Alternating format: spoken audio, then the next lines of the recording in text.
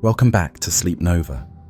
Sit back, relax, and enjoy the show.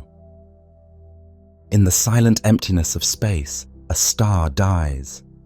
One moment it shines as a distant pinprick in the darkness. The next, it erupts in a soundless flash of light that briefly outshines an entire galaxy. A titanic explosion unfurls in utter silence. No roar, no crash, for in the vacuum of space, there is no medium for sound. It is a cosmic firestorm seen across light years, a brilliant beacon of death that appears without warning and vanishes just as quickly. For a few fleeting weeks, this single dying star pours out more light than billions of suns. Blazing so brightly that if we were watching from a nearby world, it would paint shadows on the ground and outshine the night's full moon. Yet there is only silence. The star's final scream is in light, not sound. An immense outpouring of energy racing outward through the dark, telling anyone who cares to look that a star's long life has ended in cataclysm. What are we to feel, witnessing such a violent cosmic death? There is terror in the idea. A star, an object of almost eternal constancy in our sky, can explode without mercy. But there is also awe. In that silent explosion, we sense power beyond comprehension. The death throes of a sun many times larger than our own, unleashing energy in a few seconds that our sun will not emit in 10 billion years. Here is a celestial paradox, an event at once beautiful and destructive. A supernova, as astronomers call it, is the most brilliant of stellar fireworks. An eruption of light so powerful it can be seen across the universe. It is nature's way of shouting across the cosmos, a final cry of a dying star that echoes in starlight rather than sound. We watch in reverence, hearts humbled, for this silent, stellar eruption is more than just an ending. It is a moment of cosmic rebirth, a paradoxical creation forged by destruction. The universe we will find is full of such paradoxes. But how can a star, a colossal ball of plasma that has shone for millions of years, simply explode? What chain of events leads to this soundless flash in the sky? To answer these questions, we must journey into the heart of that star, into the forces and fires that sustain it, and ultimately into the tragedy that ends its life. Only then can we understand why this cosmic violence is not an empty tragedy, but a necessary drama that creates new worlds and even life. So let us venture now into the story of a star's life and death, a story written in the language of astrophysics and nuclear fire, yet rich with poetic grandeur, the story of a supernova. Imagine a star many times more massive than the Sun, born in a nebula of gas and dust.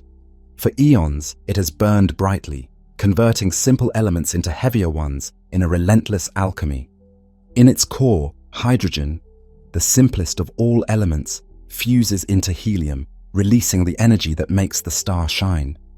This process of fusion is the star's lifeblood, a delicate balance between pressure and gravity. Deep in the core, the outward push from fusion generated heat fights against the inward crush of gravity. As long as there is fuel to burn, the star maintains this equilibrium, shining steadily in the firmament. But stars, like living things, have cycles. Our massive star eventually exhausts the hydrogen in its core after millions of years of brilliant stability. Gravity, ever patient, begins to gain the upper hand. The core contracts and heats up until a new fusion fire ignites. Now, helium fuses into carbon and oxygen. The star has entered old age, swelling into a bloated giant. If we could see it up close, we would find its appearance transformed, often into a red supergiant, a star swollen to hundreds of times its original size. Its outer layers cooled and ruddy. Inside, however, the core burns hotter and hotter as it fuses heavier elements in turn. Shells of fusion surround the core like the layers of an onion, each shell burning a different element. Closest to the center, carbon fuses into neon. In a shell above, neon burns to magnesium and oxygen. Above that, oxygen fuses into silicon. Each stage produces the fuel for the next, and each stage of fusion burns faster than the last. What once took millions of years, burning hydrogen, gives way to shorter phases. Helium burning lasts a fraction of that time, carbon burning perhaps only centuries, oxygen mere months, and finally silicon burning might last only days. The star is living on borrowed time, rushing through its life's finale at breakneck speed. Layer by layer, like a great cosmic onion, the star builds up a core of iron deep in its center. Iron. This is a fateful element in the life of a massive star. For all the previous fusible fuels, hydrogen into helium, helium into carbon, and so on, fusion released energy. This energy held up the star's weight, staving off gravity. But when fusion creates iron, the game changes. Fusing iron does not release energy, it consumes it. The atomic nucleus of iron is the most tightly bound of all common elements. You cannot fuse iron into something heavier without paying an energy price. And so, as iron accumulates in the core, the star is unknowingly building a bomb at its center, a gravitational time bomb. With no more energy to be gained from fusion, there is no outward pressure that can be won from turning iron into heavier elements. The stellar core, once a powerhouse of light, becomes a dead weight of iron atoms. In the star's final moments, the iron core grows to a critical mass. Imagine a sphere of iron as large as Earth, but containing nearly the mass of our Sun, buried at the center of a star hundreds of millions of kilometers across. This core is supported only by the desperate pressure of electrons jostling in the iron nuclei, a quantum pressure, holding collapse at bay like an overloaded spring. But as the iron core's mass approaches a limit E, even this exotic electron pressure cannot hold back gravity. The core has run out of road. In a fraction of a second, it collapses. Gravity slams the core inward with incredible force, and nothing in nature can stop it. At the center of the star, densities soar and temperatures spike to billions of degrees. Iron nuclei disintegrate. High-energy photons smash iron atoms into fragments of helium, protons, and neutrons in a process called photodisintegration. Electrons are forced into protons, turning them into neutrons and releasing a flood of neutrinos. The core, in effect, is utterly breaking down, and in the span of a heartbeat, it implodes from a sphere the size of a city to an ultra-dense ball of neutrons only a few kilometers across. Gravity has won. The core is now a neutron star, an object so dense that 1 teaspoon of its material would weigh billions of tons on Earth. If the star is extremely massive, the core's collapse may not stop even there.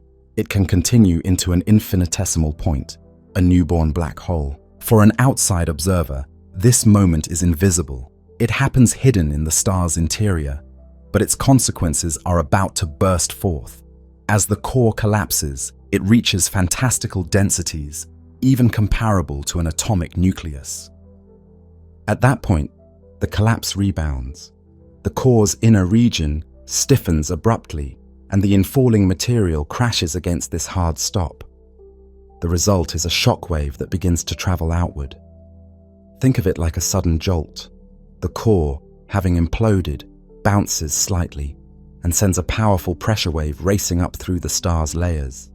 Yet even this might not be enough to blow the star apart. The shockwave expends tremendous energy, ripping apart iron nuclei in its path, and it can stall within the star as it encounters the overlying heavy layers. Here, the ghostly heroes of our story emerge, neutrinos. These nearly massless, elusive particles were released in staggering numbers during core collapse. A flood of them pours out of the core, carrying away the energy of gravity's triumph. In fact, 99% of the energy of the collapse is released as neutrinos, an almost inconceivable torrent of invisible particles. Under normal circumstances, neutrinos hardly interact with matter at all, but the sheer intensity of the neutrino blast from the collapsing core is unprecedented. In that brief moment, the core shines with neutrinos more powerfully than a billion suns shine with light. As the shockwave stalls, these neutrinos streaming outward deposit a fraction of their energy into the star's layers, rejuvenating the shock. It's as if an army of ghosts all struck in unison, delivering a final push to blow the star apart. A deafening silent roar in neutrinos propels the shockwave outward again. Within milliseconds, the core has transformed from a quiet iron ball into an engine firing out neutrinos and launching a shock front through the star. Now the doomed star's outer layers finally feel the effects. A ferocious blast wave races outward from the core, plowing through each overlying shell of elements. The star's immense envelope, hydrogen, helium, carbon, oxygen, all the layered elements built up over its life, is violently ejected. The shock heats the stellar material to incandescent temperatures, so as it blows out to space, it begins to glow brilliantly. The star is literally tearing itself apart from the inside. Within hours, the shock reaches the star's surface. The once stable star has become an expanding fireball. To any distant onlooker, this is the moment the star suddenly brightens by orders of magnitude, announcing the supernova. The dying star, which may have been a modest point of light before, now becomes something like a miniature galaxy in appearance, a single point shining with the luminosity of billions of suns. For a brief time, this one star's explosion can rival the brightness of an entire Milky Way of stars. Imagine it, a pinpoint of light in the sky outshining every other star in its galaxy, pouring out energy at an impossible rate. In one supernova, more energy can be released than our sun will radiate over its entire 10 billion year lifetime. The numbers defy imagination. The exploding star's luminosity can reach tens of billions of times the sun's output. Seen from a nearby planet, the night would turn into day for weeks. Even from thousands of light years away, such a supernova might be visible with the naked eye, as has happened at a few points in human history when supernovae in our galactic neighborhood briefly appeared as new stars in the sky. The Chinese, over 2 millennia ago, recorded a mysterious guest star that shone for months where no star had been before. Medieval astronomers too were astonished by sudden stars that could even be seen in daylight. All of these were supernovae, the spectacular deaths of distant suns, flaring into visibility across the void. In these moments of peak brilliance, the supernova is a mesmerizing sight. The star's outer layers hurtle into space at thousands of kilometers per second. A spherical tsunami of gas racing outward. The material glows from the immense heat of the explosion, producing an expanding shell of radiance.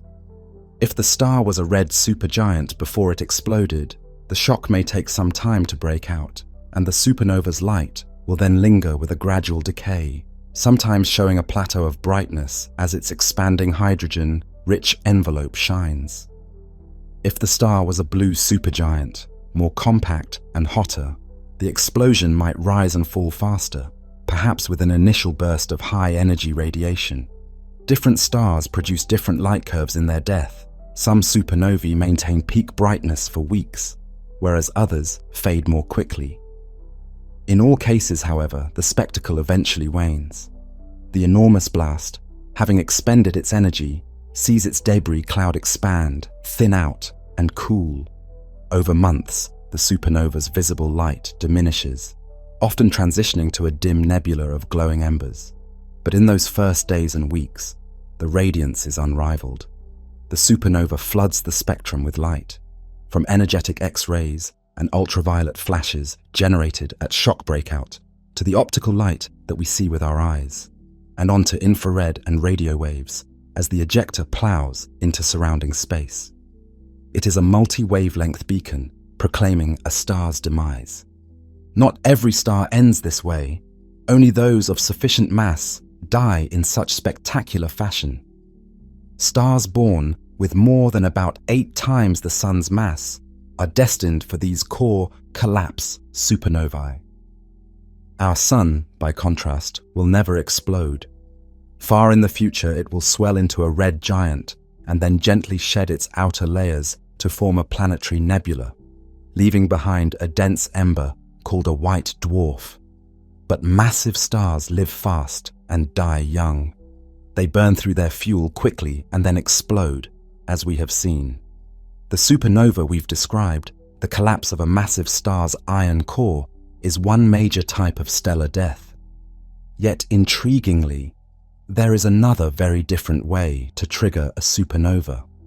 Not all stellar explosions come from a single massive star collapsing. Some come from a more subtle kind of stellar doomsday, a runaway nuclear detonation on a white dwarf star. In binary star systems, 2 stars orbiting each other, it sometimes happens that one star is a white dwarf, the tiny, dense remnant of a sun-like star, and it begins stealing matter from its companion. If the white dwarf gains enough mass, it can reach a critical threshold at which the pressure and temperature in its core ignite a furious wave of nuclear fusion. In a matter of seconds, carbon and oxygen inside the white dwarf detonate in a thermonuclear blaze.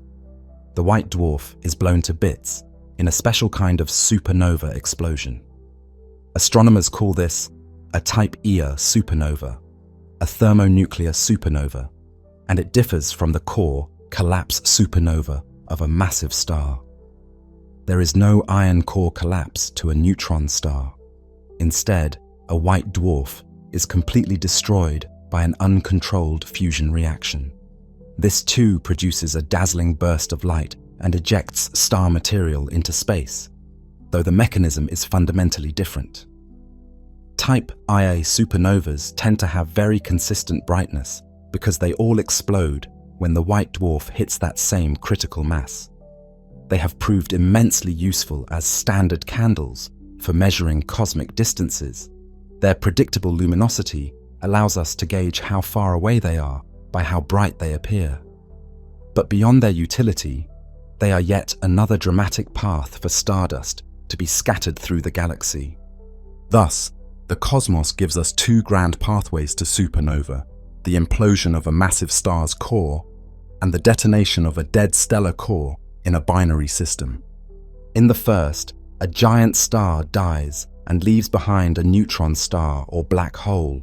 In the second, a small degenerate star is utterly obliterated, leaving no compact remnant at all. Both types scatter the star's elements into space with explosive force. Both are extremely luminous, though the details of their light differ. Astronomers distinguish them in observations by their spectra. Core, collapse supernova show signatures of the elements in their progenitor's atmosphere, whereas Type Ia supernovae lack hydrogen and instead show strong silicon, calcium, and iron lines from the white dwarf's incinerated interior. But to the eye, all these explosions look somewhat similar. A new star, like beacon, appears, shines intensely for a time, then fades. It is only by dissecting the light with telescopes and spectra that we uncover the tale of their origin written in the starlight. Whichever the type, a supernova is far more than an ending. As the exploded star's debris billows outward, it carries a priceless cargo, newly forged elements. In the ferocious furnace of the supernova, and in the final stages of the star that led up to it, nuclei of atoms have been fused into heavier forms. All the elements, heavier than hydrogen and helium, the carbon in your cells, the oxygen in the air, the calcium in your bones, the iron in your blood, were forged in stars and unleashed by supernovae.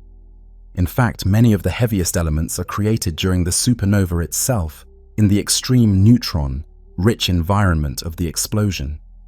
When that massive star's core collapsed and then blew apart, it created conditions for a rapid fusion of nuclei, a process scientists call the R process, which can build rare heavy elements like gold, uranium, iodine, and others that normal stellar burning could not produce.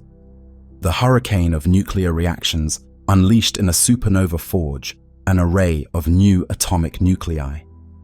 Then the explosion flings these atoms out into space, seeding the galaxy with the raw material for future stars, planets, and life. Think about what this means. Every atom of oxygen you breathe, every atom of carbon in your muscles or calcium in your teeth, was cooked up in the heart of a star and scattered across space by a supernova. Without supernovae, those elements would never have found their way into new generations of star systems. Without supernovae, life would not be possible. As one NASA science summary starkly puts it, the heavy elements that make our world solid and our bodies functional, iron, calcium, carbon, nitrogen, all trace their origins to stellar furnaces and explosive deaths. A supernova is thus not merely the death of a star. It is a cosmic resurrection of its substance, dispersing enriched matter into the galaxy to become the stuff of new celestial bodies. In the aftermath of a supernova, the expanding remnants of the star mix with the interstellar medium, enriching it. Over time, this debris might cool and collect into clouds, and those clouds can collapse to form new stars and planets. Every supernova is both an end and a beginning. The calcium in our bones, the iron in our blood, the oxygen we breathe, all were brewed in the nuclear hearts of long, dead stars and cast into the galaxy by supernova explosions. We truly are made of stardust, born from stellar death. As the supernova's gaseous remnants expand and sweep through space, they shock and compress the clouds of interstellar gas they encounter. The blast wave from one star's death can trigger the birth of others. When the shock front slams into a cold molecular cloud, it can squeeze parts of it enough to start gravitational collapse, lighting new stars like kindling sparked by a flame. In this way, supernovae participate in a grand cycle of stellar life. A massive star dies and explodes. Its remnants mix into a nebula, and that disturbance helps give birth to the next generation of stars. Generations of stars are linked across time by these explosions, each supernova enriching the galactic gas with heavier elements and stirring it up. Our own sun and planets were born from such an enriched cloud, one polluted by the ashes of countless ancient supernovae. In a very literal sense, the death of those stars made possible the birth of our solar system. The cycle of stellar life and death is evident in places like the Pillars of Creation or the Orion Nebula, where young stars shine amidst clouds seeded with heavy elements, likely kicked into motion by long ago supernova blasts. Even now, across the Milky Way, supernova shockwaves are slamming into clouds, sculpting them, sometimes triggering new stars, sometimes dispersing the gas and halting star formation in that region. Supernovae are the galaxy's great architects and janitors. They shape the environment, sweeping clean some areas, clumping material in others. They regulate the very ecology of the galaxy, ensuring that star formation does not proceed too fast or too sluggishly. Without the energy injection from supernovae, gas might collapse into stars more efficiently, exhausting galactic gas early, or conversely, without supernova-induced compression, some stars that exist today might never have formed at all. In these ways, the violence of supernovae helps maintain a balance, distributing gas and heavy elements widely and preventing any one part of a galaxy from hogging all the raw material for starbirth. After the brilliant light of a supernova fades, what remains? Often, at the center of the expanding debris, there lies a newborn neutron star, the collapsed core of the star, now an ultra-dense sphere, perhaps only a dozen kilometers across. It may be spinning rapidly and emitting beams of radiation as a pulsar. In other cases, if the original star was hefty enough, Nothing macroscopic remains at the core. The remnant core collapses all the way to a black hole, an abyss from which not even light can escape. Surrounding that central remnant, we see the supernova remnant, an expanding cloud of gas that was once the star's outer layers. The Crab Nebula is one such remnant, the tattered filamentary remains of a star that blew itself apart in the year 1054 AD. In the Crab's center, a pulsar spins, energizing the nebula with winds of particles. Over thousands of years, these remnants, like the Crab or Cassiopeia A or SN 1987A's debris, will disperse into the general interstellar medium, blending their enriched guts into the galaxy's gas. Astronomers glean a wealth of information by studying the light from supernovae and their remnants. Each element in the ejected gas produces specific spectral lines, bright or dark lines at particular colors, that act like fingerprints. By splitting the supernova's light through a spectroscope, scientists can identify which elements are present in the explosion's debris. For example, they might see lines of hydrogen, or of silicon, or oxygen, or calcium. These tell us the composition of the star's layers and the products of its nuclear burning. A supernova's spectrum changes over time as the explosion evolves. Initially, it may show signs of the hot, dense conditions. Then, as the ejector expands and cools, distinct element signatures emerge. Type Ia supernovae, for instance, are notable for a strong silicon line in their early spectrum, betraying their white dwarf origin. Type II supernovae often show hydrogen lines from their outer envelopes and later a rich soup of lines from metals synthesized in the blast. By analyzing these spectral fingerprints, we confirm that the building blocks of planets and life are synthesized in these explosions. We see freshly minted nickel decaying into iron. We see radioactive cobalt. We see oxygen, magnesium, sulfur, and more, all mixed in the stellar debris. Each supernova is like an autopsy of a star, the spectral lines revealing the star's inner secrets and the outcome of its final nuclear reactions. Beyond visible light, supernovae emit across the electromagnetic spectrum. In fact, some of the most telling signs of a supernova come in forms of light our eyes cannot see. X-rays, for example, are emitted by the supernova shock, heating the surrounding gas to tens of millions of degrees. Observatories like NASA's Chandra X-ray telescope have captured the X-ray glow of supernova remnants, revealing elements via their X-ray spectral lines and showing how the shockwave propagates.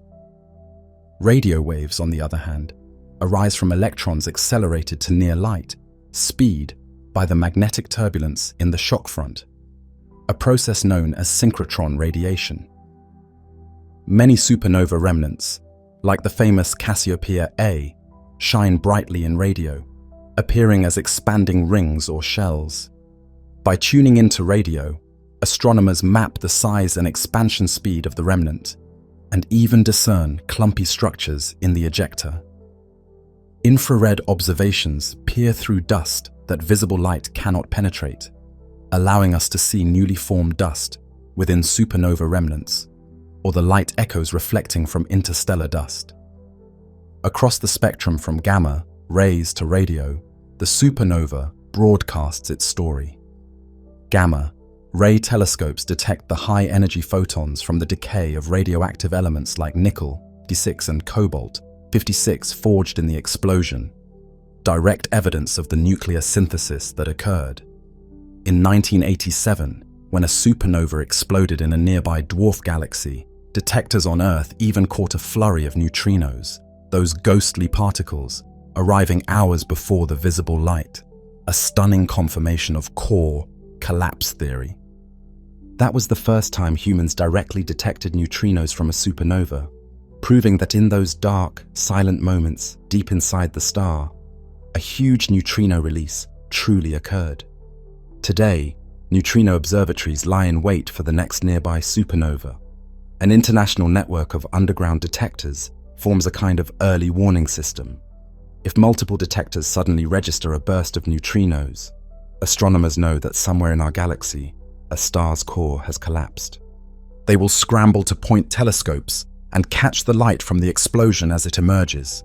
In this way, even the nearly undetectable neutrinos serve as messengers, giving us a heads up that a star has died before we even see the flash. We have also developed all sky surveys to catch the optical flash of supernovae as early as possible.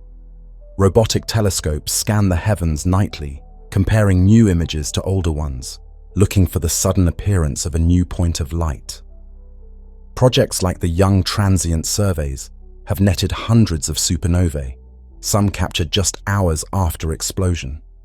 With each new discovery, alerts go out across the globe so that larger telescopes can begin detailed observations immediately.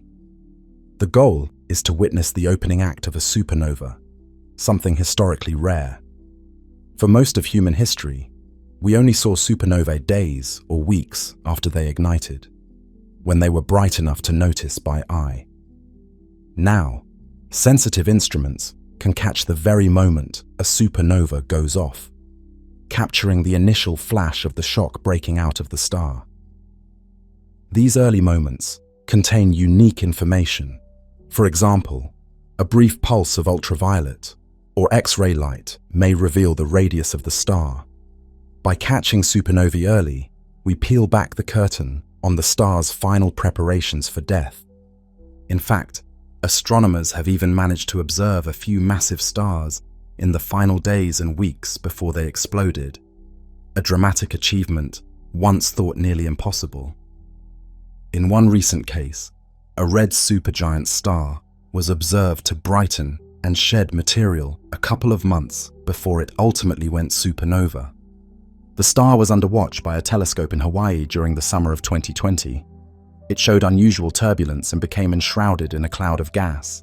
Then, in September of that year, it exploded as supernova SN 2020 Tetlef. And for the first time, humanity had seen the death throes of a normal massive star prior to explosion. This breakthrough observation suggests that some massive stars undergo a brief period of instability just before core collapse, perhaps ejecting some of their outer layers or experiencing a burst of nuclear burning that causes them to vomit out gas and dust. It's as if the star knew its end was coming and convulsed in its final moments. These pre-supernova outbursts might be more common than we realized, and now that we know what to look for, dedicated monitoring of known massive stars may one day catch another in the act of readying for detonation. Seeing a star alive one week and gone the next brings home the reality that these cosmic giants are not eternal. They live and die on timescales we can witness if we pay close enough attention. Even without these advance warnings, there is no doubt when a supernova has occurred. After the flash, the sky is left with a new glowing remnant that wasn't there before. Ancient peoples who saw guest stars had no way of knowing what they were. We, armed with physics, can decode the event. We might turn our telescopes to the coordinates of a new supernova and quickly pick up the signatures of certain elements, telling us if it was a massive star collapse or a white dwarf detonation. If we see hydrogen lines, we know a massive star kept its envelope, a Type II supernova from a red supergiant. If instead we see no hydrogen, but strong silicon and iron, we know a white dwarf blew itself apart. If we see helium but no hydrogen, that suggests a star that lost its hydrogen shell. No hydrogen or helium, but oxygen, neon, magnesium. That could be a Type Ike, a star that lost even more before exploding. Each kind of star death leaves a distinct fingerprint in the light. With modern instruments, deciphering these fingerprints has become almost routine, turning up stories of stars in their last phases. Some were red supergiants shedding mass, others were Wolf, Rayet stars that left no trace of hydrogen in their supernova, and some, as mentioned, were white dwarfs pushed over the edge by a companion. Among the cosmic blasts we've recorded, there are some especially rare and powerful outbursts. Not all supernovae are equal. A few are exceptionally luminous, far beyond the norm. These are fittingly called superluminous supernova. Imagine a supernova 10 or even 100 times brighter than a typical core, collapse, or type Ia explosion. Such brilliance strains the known mechanisms. A normal collapse or detonation doesn't easily explain it. Astronomers suspect that in some of these cases, an additional power source is at work. One leading idea is the presence of a newly formed magnetar, a neutron star with an extremely strong magnetic field, pumping energy into the ejector. If a neutron star is born spinning extremely rapidly with a magnetic field thousands of times stronger than a typical pulsar, it can act like a dynamo. As it spins down, it transfers its rotational energy to the explosion, heating the debris and making it glow far more brightly for an extended period. Essentially, the magnetar's energy injection is like a central engine boosting the supernova's luminosity. Another possibility for superluminous events is the collision of the ejector with a dense shell of gas around the star. If the star shed a large amount of mass shortly before exploding, then when the supernova blast hits this material, it converts kinetic energy into light very efficiently, producing an extremely bright display. Some of the most luminous supernovae ever seen might be explained this way. The supernova slams into a cocoon of gas dumped by the star in the years prior, lighting it up. Yet another mechanism, applying to the most massive of stars, is the pair instability supernova, a peculiar fate where a single star so massive basically obliterates itself entirely.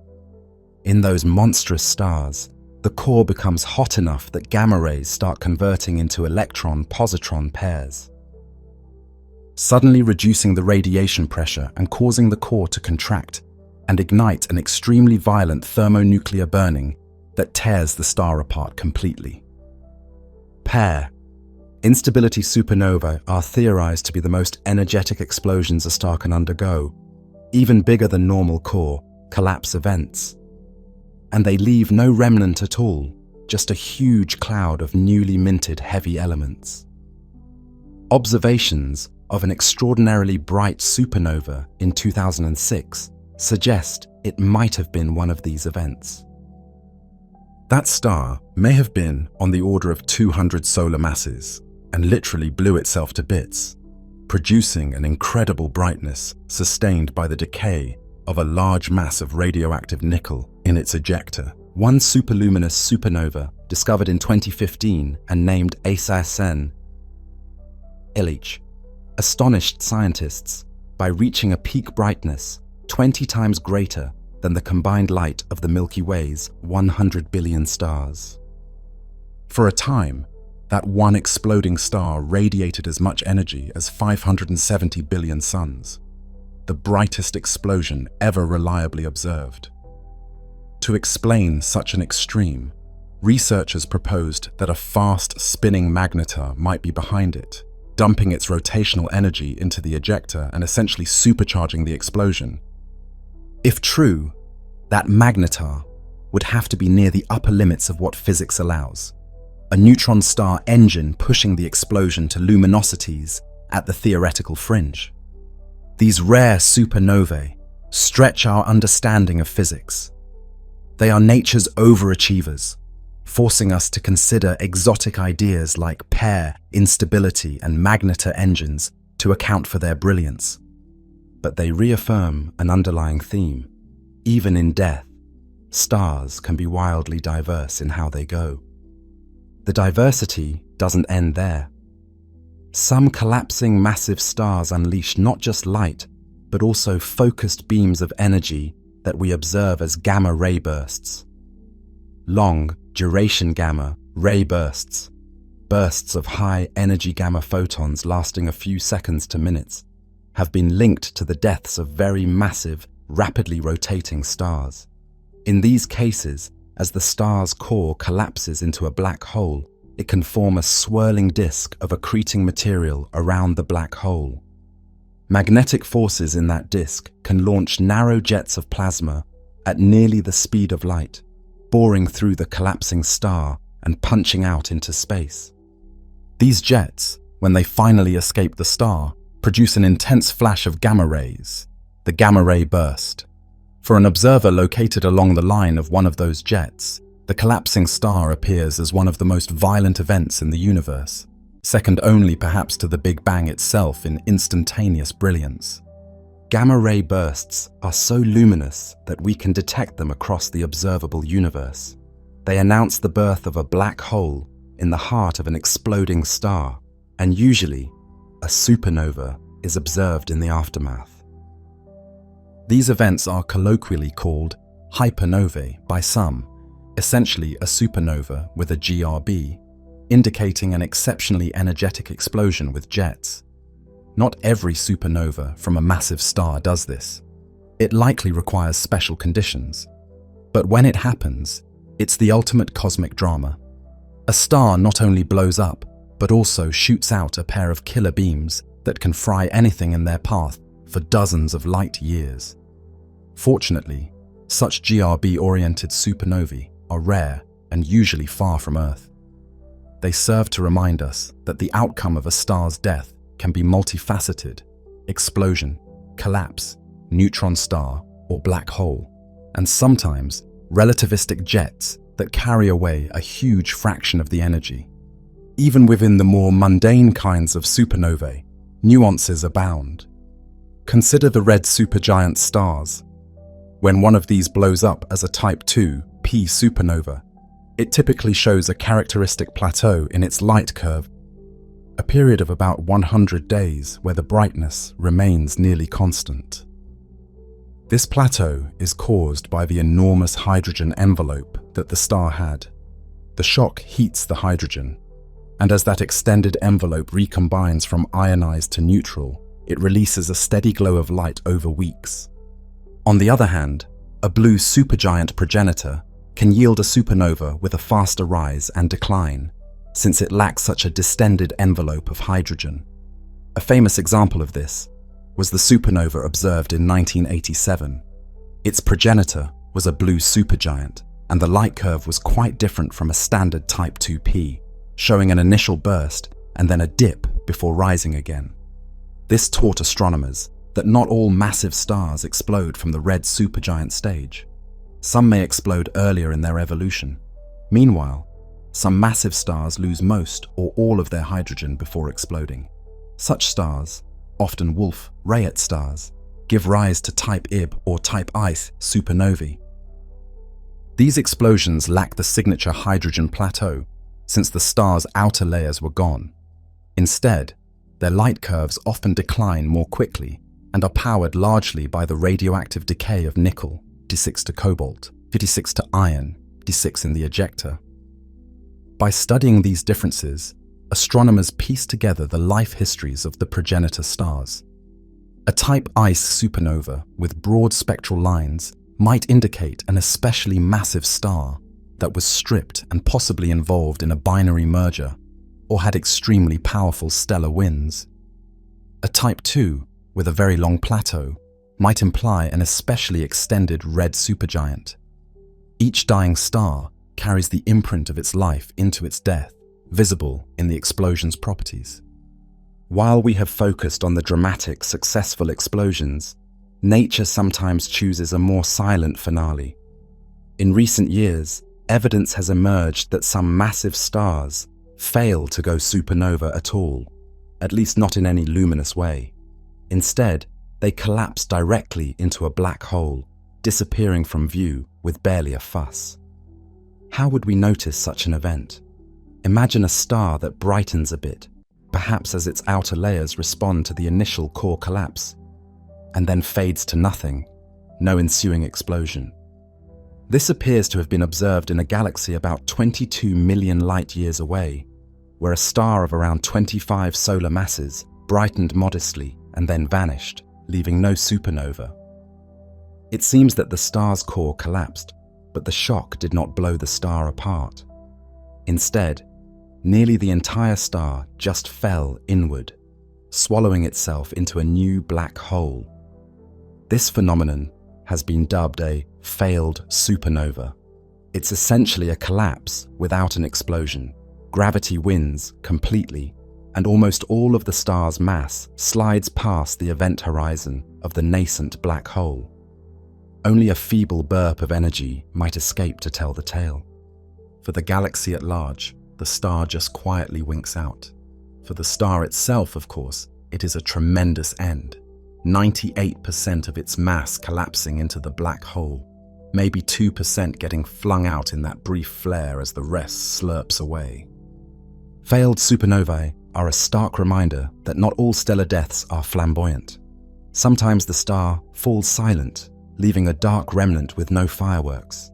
These events are harder to find, but ongoing monitoring projects are trying to identify more of them by looking for massive stars present in old images that have since disappeared without a trace.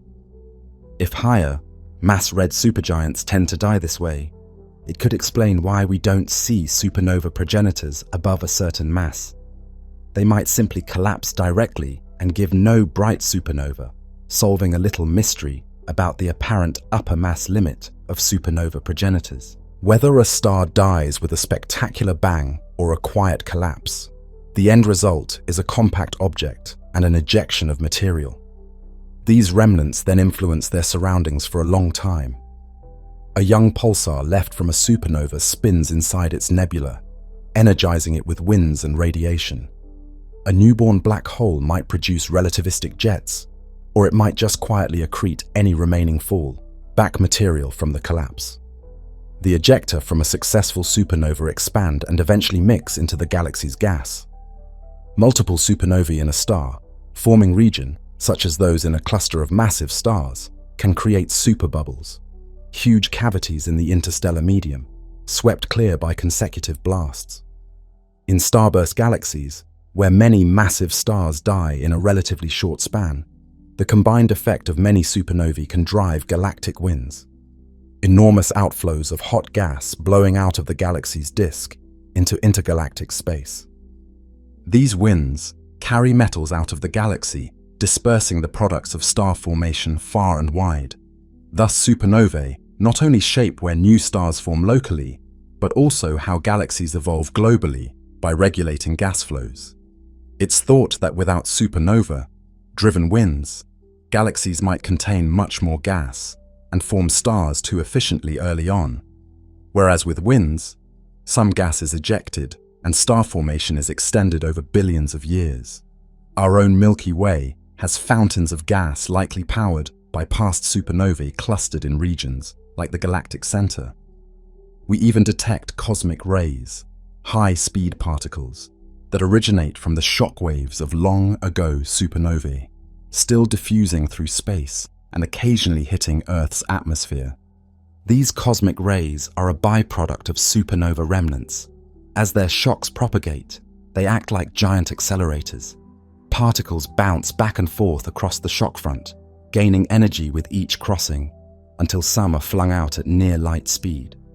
The Milky Way is filled with these relativistic particles, and about 90% of the cosmic rays that strike us are protons, thought to be accelerated by supernova shockwaves. Supernovae, then, are also cosmic ray factories, shooting out subatomic bullets that zip through the galaxy. Some of those particles may even have affected Earth's biology over the eons by contributing to background radiation or seeding cloud formation. In any case, they are yet another thread of connection between stellar deaths and our own world.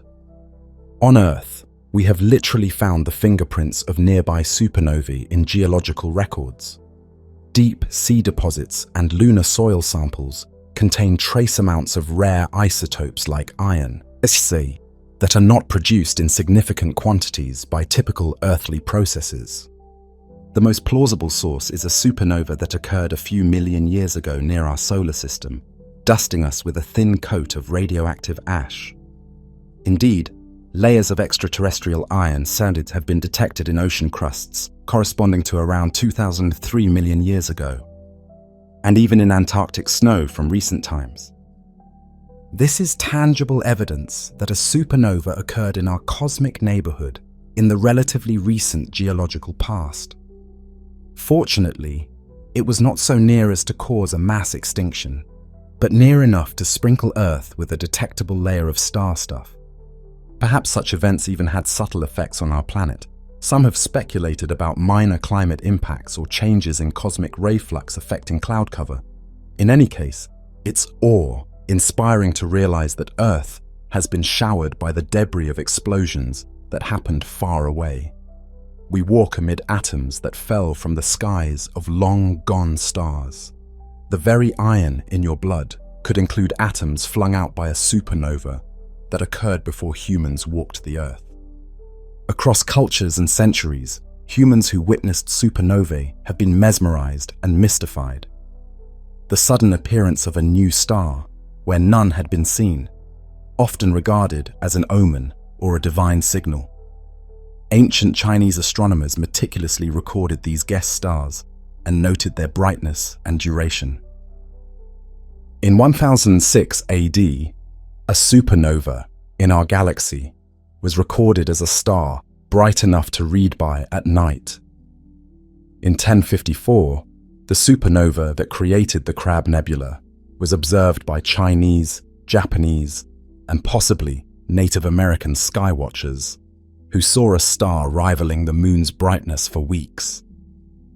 In Europe, the notion of an unchanging heaven was challenged in 1572, when Tycho Brahe observed a brilliant new star. It helped upend old models of the cosmos.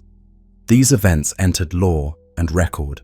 They were variously interpreted as heralds of great change, the births of new celestial beings, or the wrath of gods.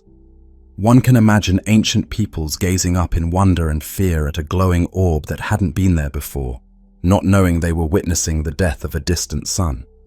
They lacked our scientific understanding, but they felt the grandeur of the event.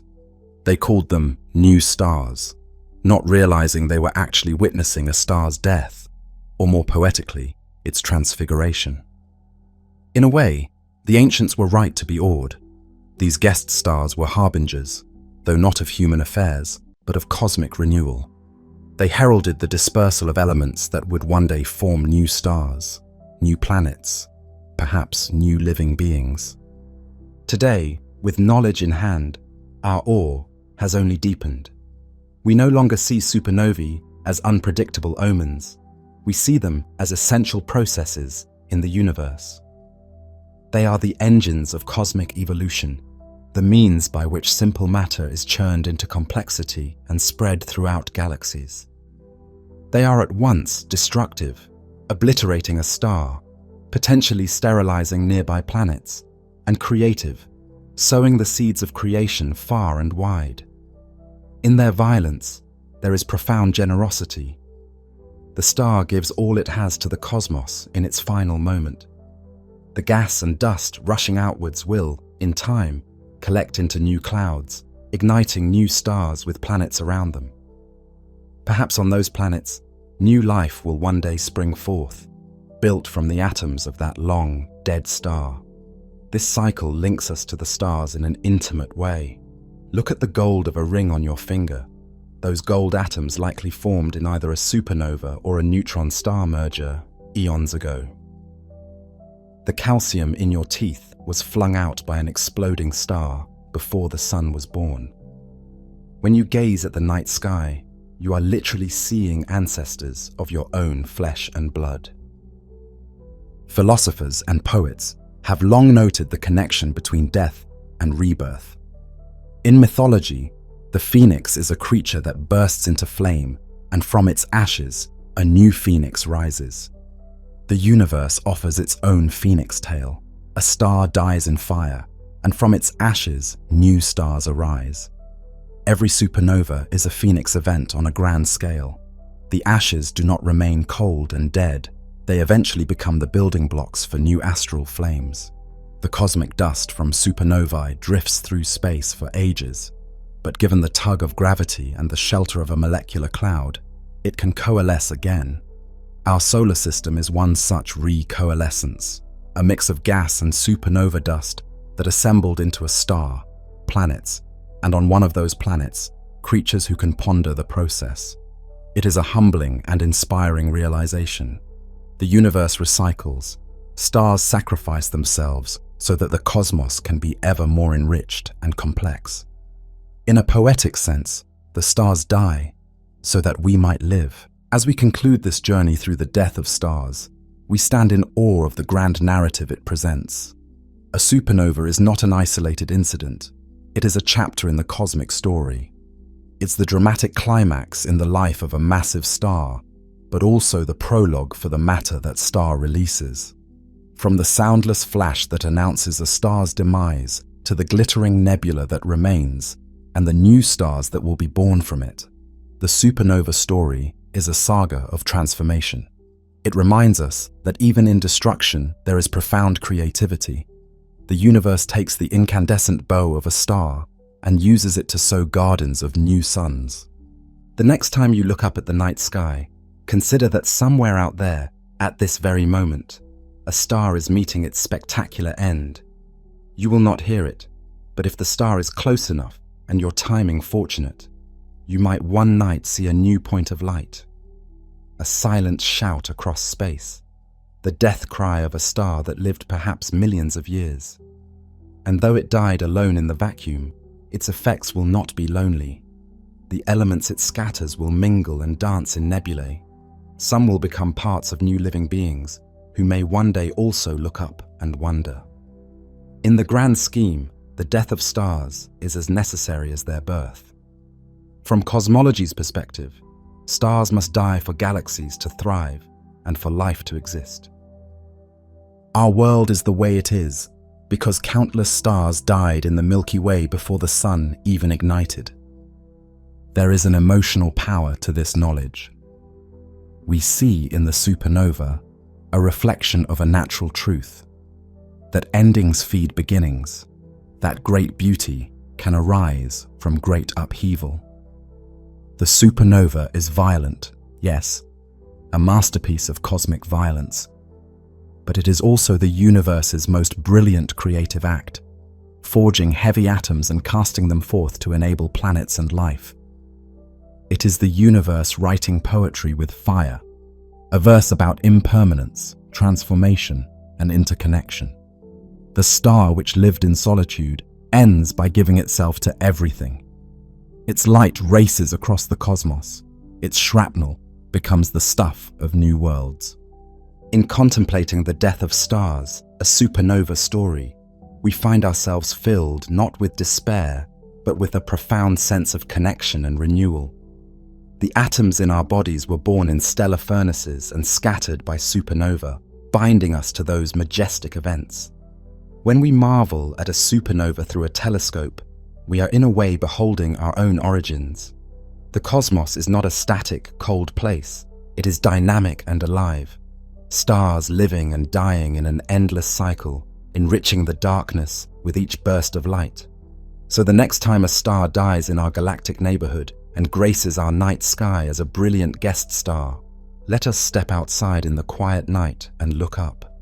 Let us remember that we are witnessing the end of a long story and the beginning of countless new ones.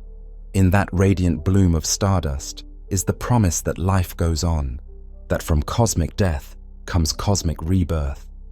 It is a sight at once heartbreaking and heartening, the universe transforming itself, the phoenix rising anew from the ashes of a star.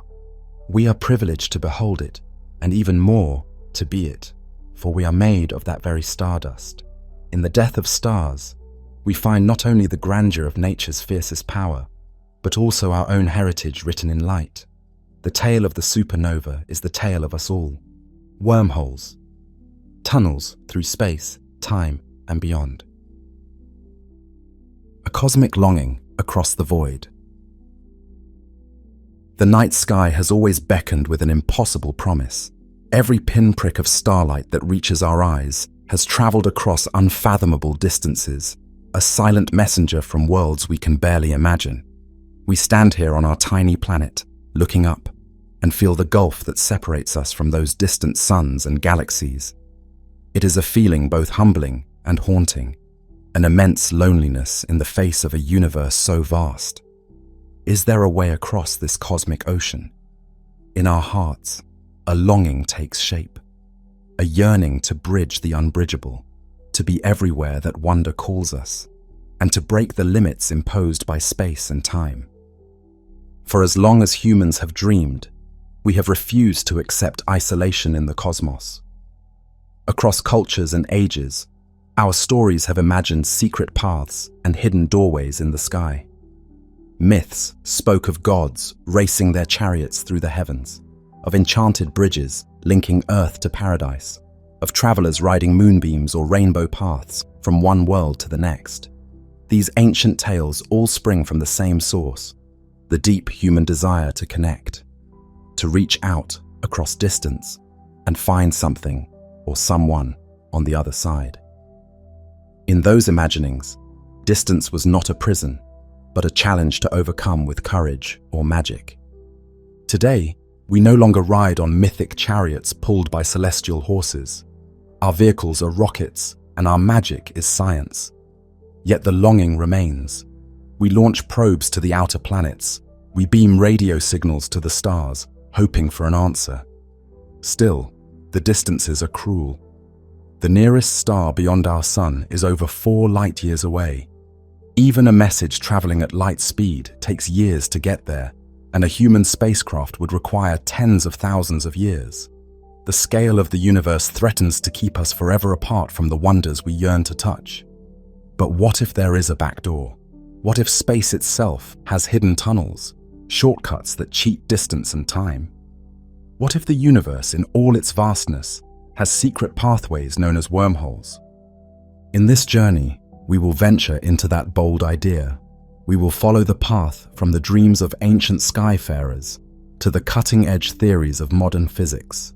We will step through the looking glass of general relativity and quantum mechanics, peering into the enigmatic tunnels that might bind distant galaxies or even separate universes. Along the way, science will mingle with imagination. We will grapple with equations silently, absorbing their implications without writing them down, translating them into visions and metaphors. We will confront paradoxes of time travel and questions that test the limits of reality. And through it all, a poetic thread will guide us, the voice of our collective awe and wonder, a conversation with the cosmos itself. Picture, for a moment, standing before a shimmering portal in space. On this side, the familiar night sky, the Milky Way's band of stars arcing overhead. On the other side of the portal, seen faintly through its depths, a different sky, perhaps alien constellations or the glowing swirls of a nebula that should be thousands of light years away. Step forward, and in an instant you might emerge there, your foot finding ground under an alien sun. This is the tantalizing promise of a wormhole, a bridge that can unite 2 far-flung corners of the universe as though they were next-door neighbors. It sounds like fantasy, and it may well be. No one has ever seen a wormhole, and they might not even exist. Yet they are permitted by the known laws of physics. In the mathematics of Einstein's theory of gravity, wormholes appear as possible solutions, theoretical tunnels through space-time that could, in principle, connect regions that would otherwise be forever separate. They sit at the edge of our understanding, like whispers from a higher reality. Some scientists believe that if certain extreme conditions could be met, a wormhole might be held open long enough for something or someone to travel through it. Others are skeptical, suspecting that nature has subtle rules, cosmic censorship, some call it, or chronology protection, that forbid such audacity. We do not know the answer, not yet. And yet, the quest continues. Why? Because the stakes are so alluring. A traversable wormhole, if one could be made real, would rewrite the geography of the cosmos. Distance would lose its tyranny. The light years between here and the galactic center, or between our galaxy and Andromeda, would become irrelevant, mere steps through a cosmic doorway. We could visit other star systems not in generations or millennia, but perhaps in a single lifetime, maybe even instantaneously. More profoundly, wormholes tug at the threads of reality in ways that challenge our understanding of cause and effect, space and time. They raise the prospect of time travel, journeys to the past or future, and the mind-bending paradoxes that come with them. They force us to confront whether the universe has an underlying web of connections that we are only beginning to sense. connections that might tie together not just where we are, but when we are, and even what universe we inhabit. So let us surrender to curiosity and wonder. Let the scientific rigor be our compass and poetic imagination our sail. Together, we will explore the story of wormholes, from their first glimmers in Einstein's equations to the latest ideas in quantum physics and string theory, from the challenges of keeping such a tunnel open to the tantalizing hints of how we might detect one out in the starry night. We will ponder what it would feel like to step through a wormhole and emerge light years away. We will wrestle with time loops and parallel universes and ask what all this means for us. Fragile beings who love, hope, and dream. By the end, we'll return to that human longing which set us on this path and reflect on how even the act of imagining these cosmic bridges speaks to something timeless within us. Our journey begins where humanity's fascination with bridging the heavens first took root, in the stories and early theories that tried to break the walls of distance. We leave the comfort of the known shore and push off into the cosmic ocean, hearts full of yearning, eyes open in wonder, asking, are the stars as unreachable as they seem, or has nature hidden a shortcut among them? The dream of bridging space and time. Long before wormholes had a name, the idea of traversing the sky in the blink of an eye lived in human imagination. The ancients stared at the same stars we do, but in their minds, those points of light were not unreachable. They were destinations for heroes and gods. In myth and legend, distance was malleable. A hero might be gifted a pair of winged sandals or a flying horse to vault from one world to another. A deity might descend to earth on a rope of light or a rainbow bridge. Consider the old Norse tales of the Bifrost, a shimmering rainbow said to connect the mortal world of Midgard to Asgard, realm of the gods. Or the Hindu epics describing magical chariots, vimanas, that could soar through the sky and even visit the stars. These were early expressions of a dream, to break the barrier between here and there, to travel without traversing the immense gulf in between. Such stories may seem far from scientific truth, yet they reveal something fundamental about us. We have always been storytellers, trying to shrink the darkness between distant points of light into something we can cross. The dream of instantaneous travel, of portals and shortcuts, is a recurring theme. We whispered it in our fables and wrote it into our fiction as soon as we had the language of science. When technology advanced and we began to grasp the true scale of space, our fantasies did not die. They adapted.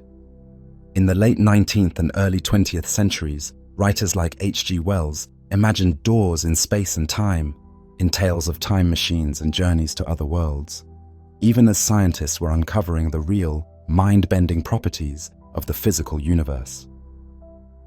Then came a revolution in our understanding of reality. In the early 20th century, Albert Einstein upended the old, common-sense notions of space and time. His theory of general relativity revealed that space and time are not static, separate backdrops, but a unified, dynamic fabric, space-time. Massive objects like stars and planets curve this fabric, and what we feel as gravity is just objects moving along the curves. Space could stretch, squeeze, and even rip under extreme conditions. Suddenly, the idea of cosmic shortcuts didn't seem entirely absurd. Space-time itself could bend, so perhaps it could bend enough to fold distant points together. Einstein's equations were complex and rich with possibilities.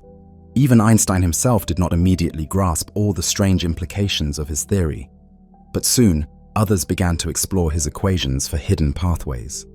One of the first was an astronomer and war hero turned physicist, Carl Schwarzschild. In 1916, while Einstein's work was still new, Schwarzschild found a solution to the equations that described the spacetime around a very compact mass. This was essentially the first theoretical description of a black hole, an object so dense that it creates a deep well in space-time, a gravity pit from which not even light can escape.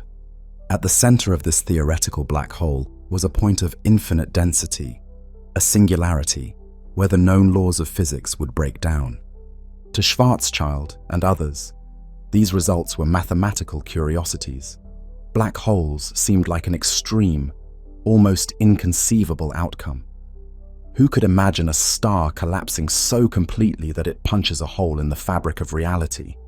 It took decades for physicists to accept that black holes might actually exist in nature. Yet, hidden in Schwarzschild's solution was something even more fantastical than a black hole. If you extended the mathematics a bit further, you found a strange possibility. Schwarzschild's metric hinted at a tunnel-like structure. In the purely mathematical sense, it was as if the equations allowed the hole to connect to another opening somewhere else. A bit like a tunnel with two mouths, one at each mouth looking much like a black hole from the outside. This was the first glimpse of what we now call a wormhole. In 1935, Einstein himself, along with his colleague Nathan Rosen, took these ideas seriously. They published a paper exploring the idea of bridges in space-time, solutions that connected two regions of space. These came to be known as Einstein-Rosen bridges, essentially wormholes by another name. To visualize it, think of space-time as a great sheet or canvas. Place two distant points on the sheet, say, two stars far apart. Normally, the only way to travel between them is to traverse the sheet, moving through every intervening point. That's a journey that could take thousands of years. But now, imagine pulling those 2 points together, bending the sheet so that they touch, and poking a hole that goes directly from one to the other. The result is a tunnel that bypasses the usual route, a wormhole. Einstein and Rosen's work suggested that under certain conditions, space-time could form such a tunnel. It was a breathtaking concept. Nature might permit a bridge connecting two separate locations, a bit like a shortcut through a higher dimension. One way to picture it is to imagine space as the skin of an apple. An ant crawling across the surface has to go around the apple's curvature to get from one side to the opposite. But a worm burrowing through the apple can take a more direct route, tunneling a hole that opens up far away on the surface. For the worm, the journey is much shorter than the ant's. By analogy, a wormhole is a tunnel through the apple of space-time, potentially allowing something to travel far in a shorter time than it would take going through normal space. However, Einstein and Rosen's theoretical bridge was not a traversable road for travelers. It was more like a precarious tunnel that closes before anything can pass through. Their solution turned out to describe a wormhole that exists only in a fleeting moment of time. It pinches off too quickly. Moreover, it appeared to connect two regions that each looked like a black hole. In fact, what their math really described was an idealized model of an eternal black hole. A black hole that, in theory, connects to a mirror image white hole in another universe or a distant part of this universe. The white hole would be the reverse of a black hole. Instead of pulling things in, it would only spit things out. The Einstein-Rosen bridge connects the black hole and white hole, but unfortunately, it's not the kind of bridge you'd actually want to step onto. If you tried, you'd be crushed by the tremendous gravity at the entrance, and even if you somehow avoided that, the tunnel would pinch shut and you'd be trapped or destroyed as it collapsed.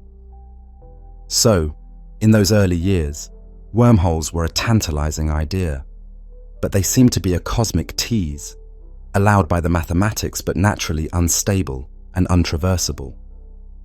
To the physicists of the time, they were interesting mathematical artifacts more than anything.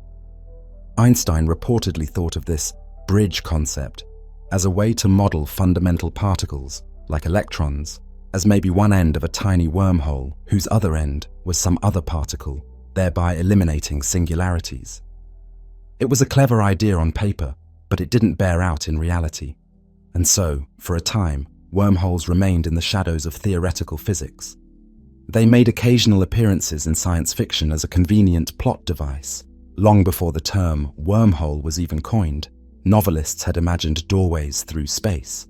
But serious science had set them aside as nothing more than quirks of general relativity's equations. Yet the seed was planted.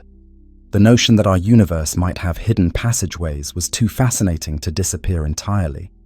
It slumbered, quietly residing in the equations and in the back of physicists' minds.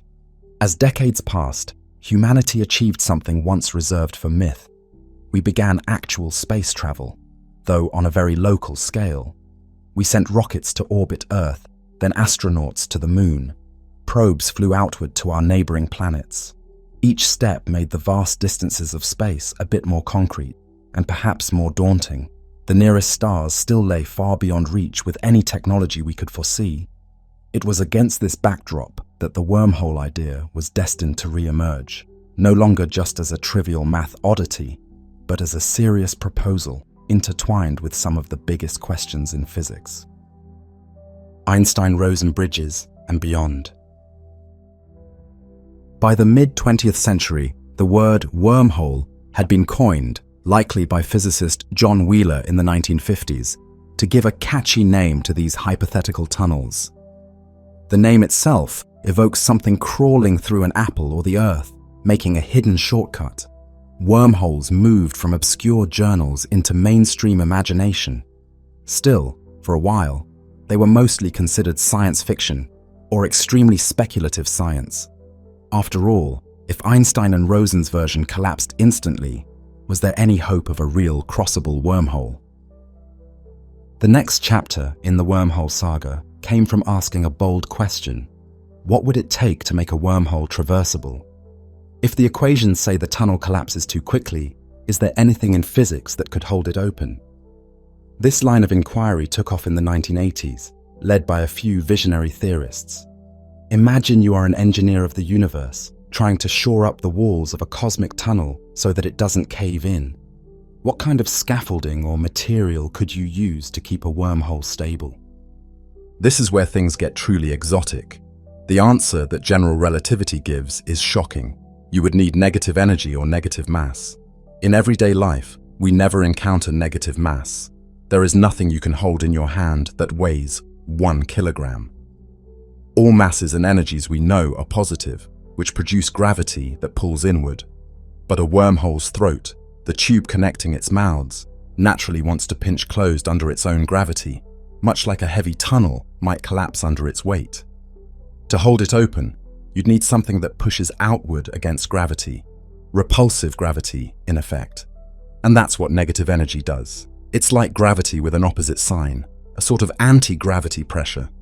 Now, classical physics insists that energy is always positive. You can remove energy from a region, make it cold or empty, but you can't have less than 0 total energy in it. However, quantum physics, the physics of the very small, has some loopholes.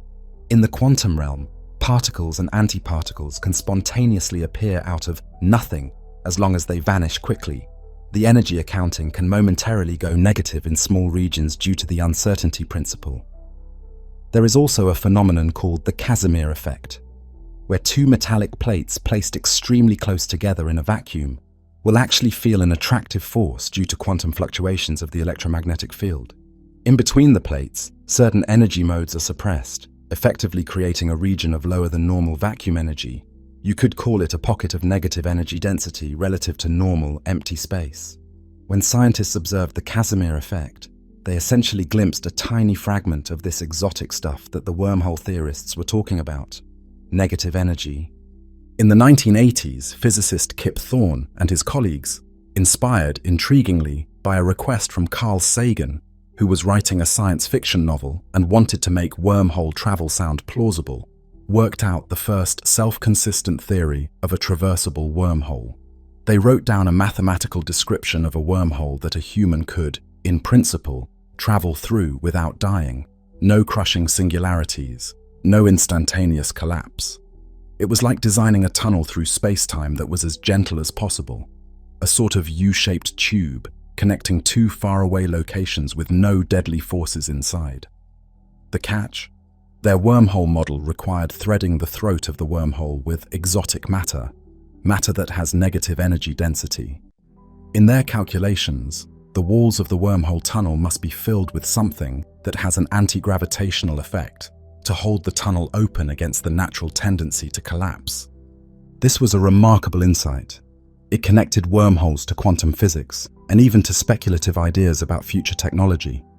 If some advanced civilization could somehow gather or generate enough negative energy, they might create or stabilize a wormhole.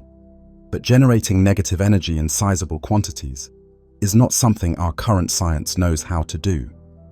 The Casimir effect produces only tiny amounts on tiny scales. For a wormhole large enough for a person or a spaceship, the amount of negative energy needed is beyond enormous. It's something for which we have no mechanism. Nature, however, might have its own mechanisms. Some physicists mused that maybe in the early universe, when conditions were extreme, wormholes could have formed with the help of quantum fluctuations, and perhaps some survived. Or maybe some weird astrophysical object could provide the needed physics. For example, certain hypothetical particles or fields might generate negative pressure. Let's pause and digest what this means. By the late 20th century, the idea of wormholes had evolved from a collapsing Einstein-Rosen bridge to the concept of a traversable shortcut sustained by exotic matter. The science community recognized that nothing in the laws of physics outright forbids wormholes. General relativity permits them, and quantum physics provides loopholes to feed them negative energy. However, not forbidden is far from actually real. There were still many puzzles. Could the required negative energy exist in large, sustained amounts? Would quantum effects somehow always balance out so that you can't get enough negative energy in one place without something going wrong? Some research suggested that nature imposes quantum inequalities, limits on how much negative energy you can have and for how long, which might slam the door on making a traversable wormhole, or at least make it extremely difficult. Despite these unknowns, wormholes had transitioned from myth to mathematics to a full-fledged topic of theoretical research. And as our understanding deepened, wormholes became entwined with other profound ideas. They weren't just about fast travel.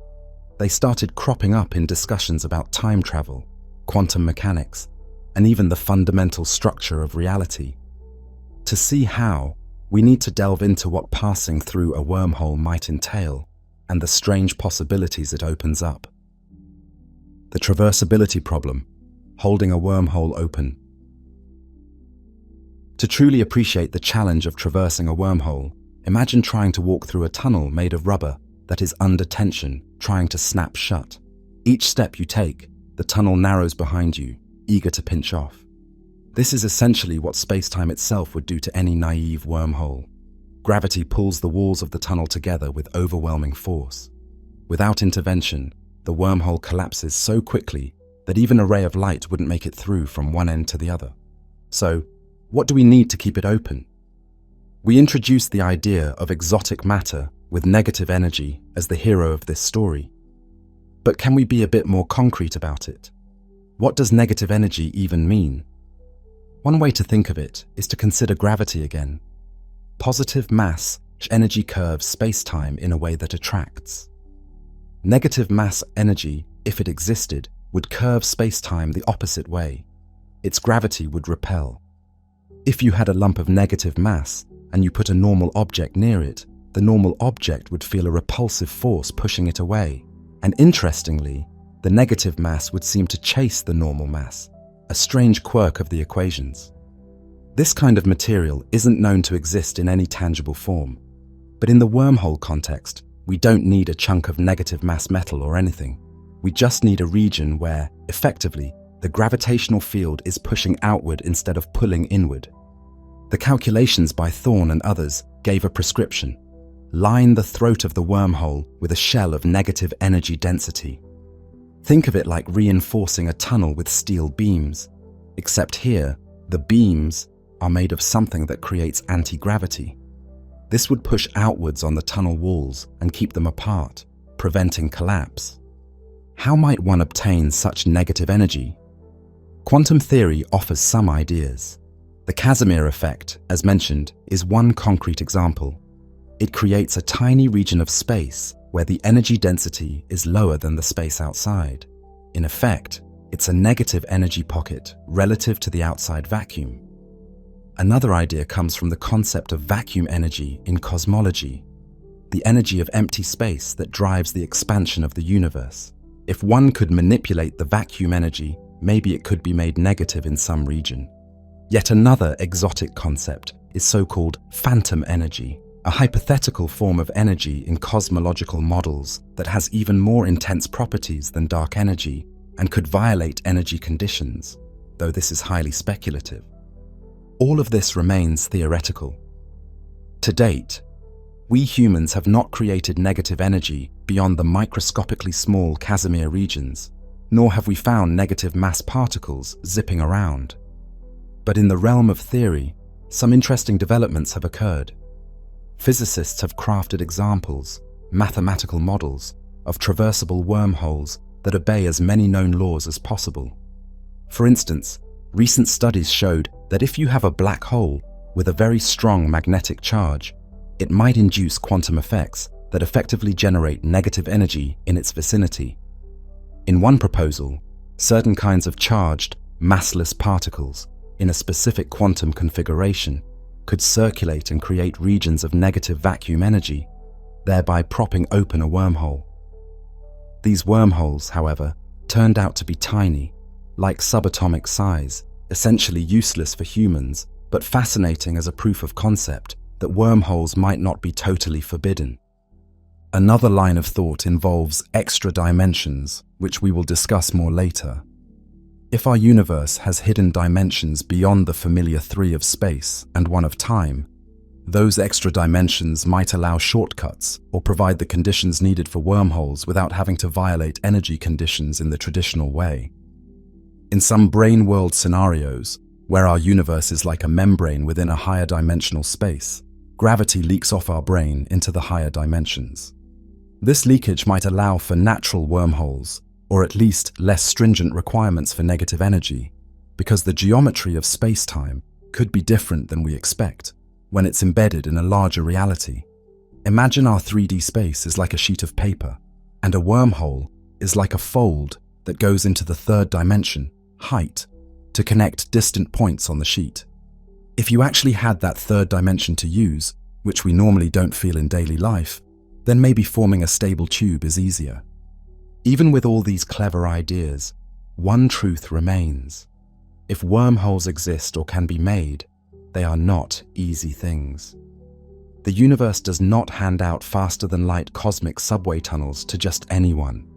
You have to pay in weird, rare currency, negative energy. And perhaps there are hidden costs we haven't discovered yet. Stephen Hawking, for instance, suspected a kind of cosmic self-consistency. He formulated a chronology protection conjecture, arguing that physics might conspire to prevent macroscopic time travel, which wormholes could enable, because any attempt might blow up the wormhole or otherwise thwart the scenario. More on time paradoxes soon.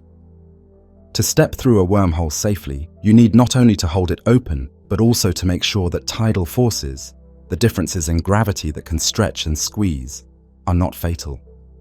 If you've heard of how falling into a black hole might spaghettify an object, stretching it into a long strand, that's due to intense tidal forces near the singularity. A well-designed traversable wormhole would have to avoid such deadly gradients. In principle, if the wormhole is large enough and the gravity at the throat is not extreme, a traveler might not feel anything more than weightlessness as they drift through.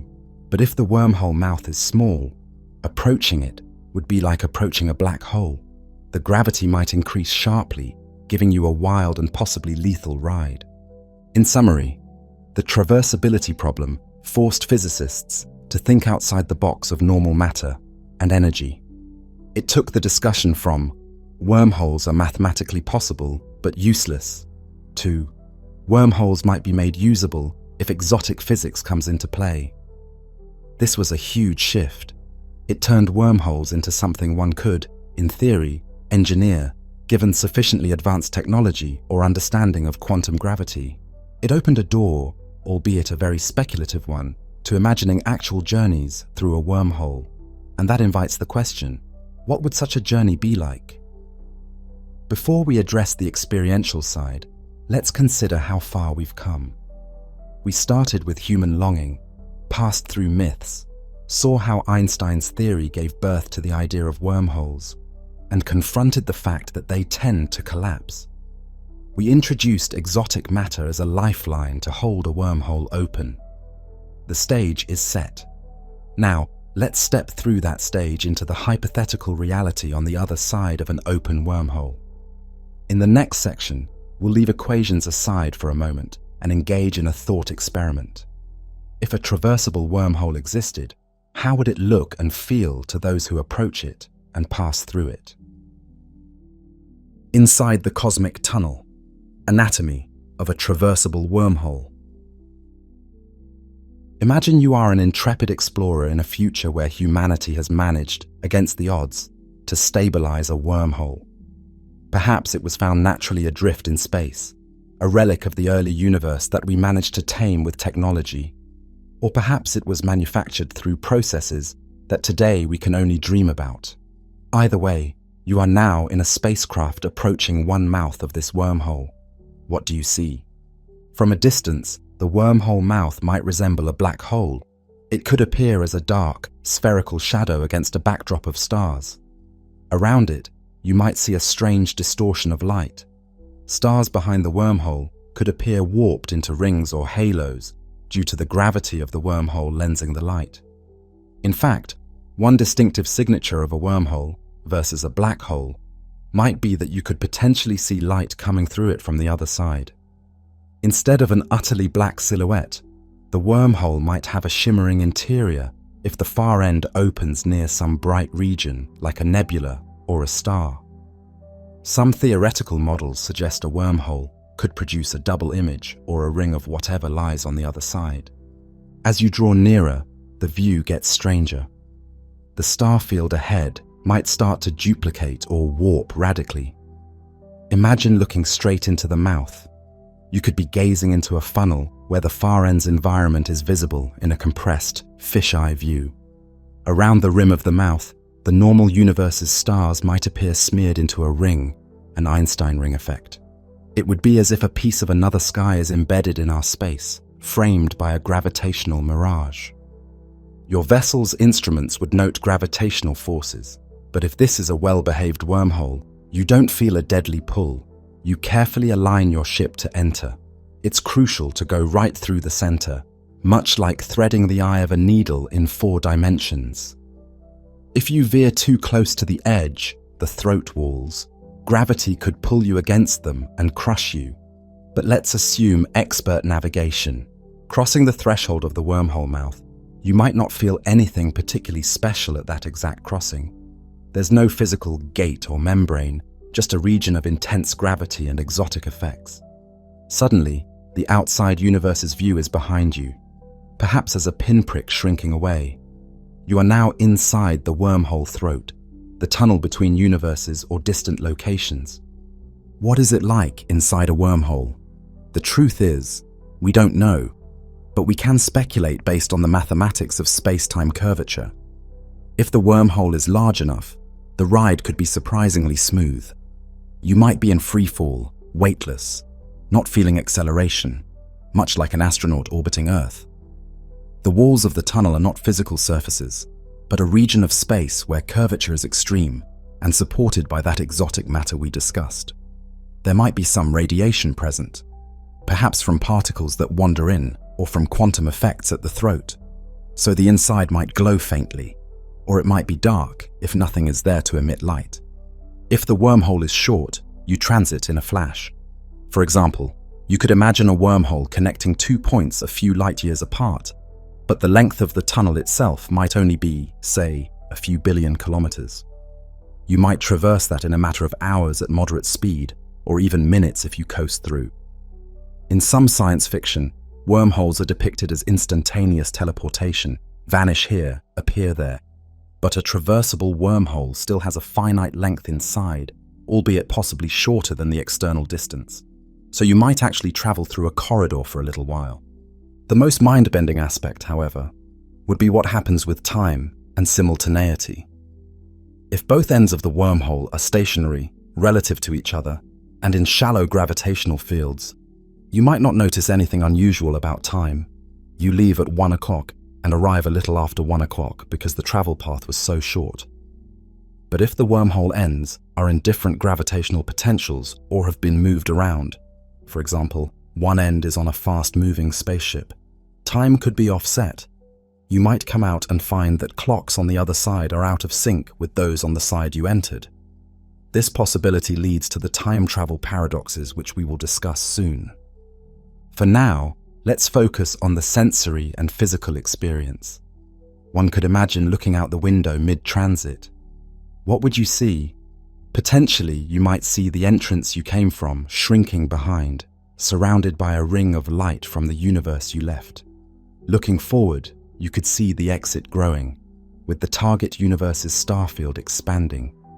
There might be a region in the middle of the journey where vision is very strange. Some theorists talk about a cavity of highly curved space where light can actually wrap around, and you might see multiple images of anything inside, or even see your own ship's taillights ahead of you, due to light curving around the tunnel and coming back. It could be a visual kaleidoscope, an echo chamber of light. Now imagine the moment of exit.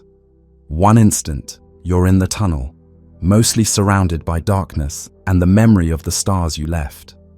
The next instant, a whole new vista blossoms before you. It could be startlingly sudden, like stepping out of a cave into daylight. If the wormhole opens near a star, that star's light will flood the tunnel as you come out. If it's in deep space, you might emerge into a view of a galaxy that is oriented completely differently from the one you left. Perhaps you're now thousands of light years away, looking at constellations that are alien to you. You check your navigation instruments and confirm it. You have arrived at the other side of the wormhole. The distance that would have taken an unthinkable journey outside, maybe crossing entire swathes of the galaxy, took only a short passage inside this tunnel. To summarize the anatomy, a wormhole has two mouths, also called portals or ends. Each mouth might look like a black hole externally, but without an event horizon trapping you.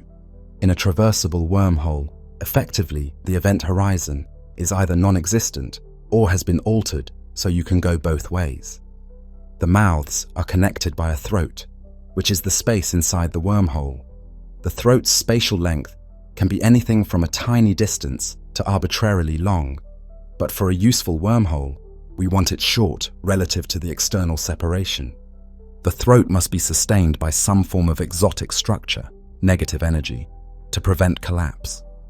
If that sustenance fails, the wormhole could either pinch off, leaving two isolated black holes, or one black hole and one white hole that quickly ejects its content and closes. Or it could violently explode, implode, either way destroying anything inside or at the mouths. In a well-constructed wormhole, tidal forces can be small. That means you wouldn't necessarily be stretched or crushed. It could be like floating in gentle space. However, near the mouths, there could be strong gravity gradients if the mouth is small. What about communication through a wormhole, not just travel? If the wormhole is open, you should be able to send light signals through it. That means you could shine a flashlight into one end and it would emerge out the other, perhaps with some distortion. You could have a conversation with someone on the far side, like a telephone line, by sending light or radio signals back and forth through the tunnel, with effectively no time delay beyond the transit through the throat. If the wormhole is short, that would be nearly instantaneous, even if the mouths are light years apart externally. This raises a profound implication. Wormholes allow information to defy the normal speed of light limit for journeys through space. You still can't send information faster than light through any one region of normal space, but the wormhole provides a shortcut route, so effectively, you beat a beam of light that tries to go the long way outside. Before we get ahead of ourselves, it's worth noting that being inside a wormhole might not be quiet and peaceful. There could be weird radiation. There might be quantum effects like Hawking radiation if the wormhole mouths have some properties akin to black holes. Also, if the wormhole connects very different environments, say one mouth near a star and another in intergalactic space, there could be flows of matter. Gas might be drawn through, or cosmic rays might funnel in. A traveler might see a faint glow, or feel a flux of particles. But let's assume our wormhole is clean and well behaved. Emerging from the wormhole, one also wonders, is the trip one way or can you go back? A traversable wormhole, by definition, should allow two-way travel. That's in contrast to, say, a black hole to white hole connection, where you could only go one direction, into the black hole and out the white hole, never backwards. With exotic matter maintaining the throat, you should be able to reverse course and go back through the wormhole the way you came, effectively returning to your original location and time, depending on circumstances. It would be a round trip shorter than a photon could have done in normal space. What about the edges of the wormhole mouth? If you try to go around a wormhole mouth in normal space, you'd just circumvent it, like going around a spherical mass. There's no event horizon, so you could in theory orbit a traversable wormhole like any massive object. Perhaps one might station a ring-shaped space station around the mouth at a safe distance, acting as a gateway port. People or ships could approach, line up, pass through, and then, on the other side, another station could receive them. It's fun to imagine the engineering. You'd probably mark where the wormhole mouth is in space with beacons, because visually it might be confusing since it distorts light. We've now lived out a small hypothetical, journeying through a wormhole and seeing what it's like. It sounds almost serene in our description, but underlying it is a titanic achievement of physics. To go through a wormhole safely, we essentially had to assume new physics, exotic matter or similar, and an understanding of quantum gravity that we currently lack. We also assumed nothing went terribly wrong, no collapse mid-transit, no violent gravitational spasms. It's clear that wormholes blur the line between science and fiction at this moment. We simply don't know if such an experience will ever be possible. But thinking about it yields insights.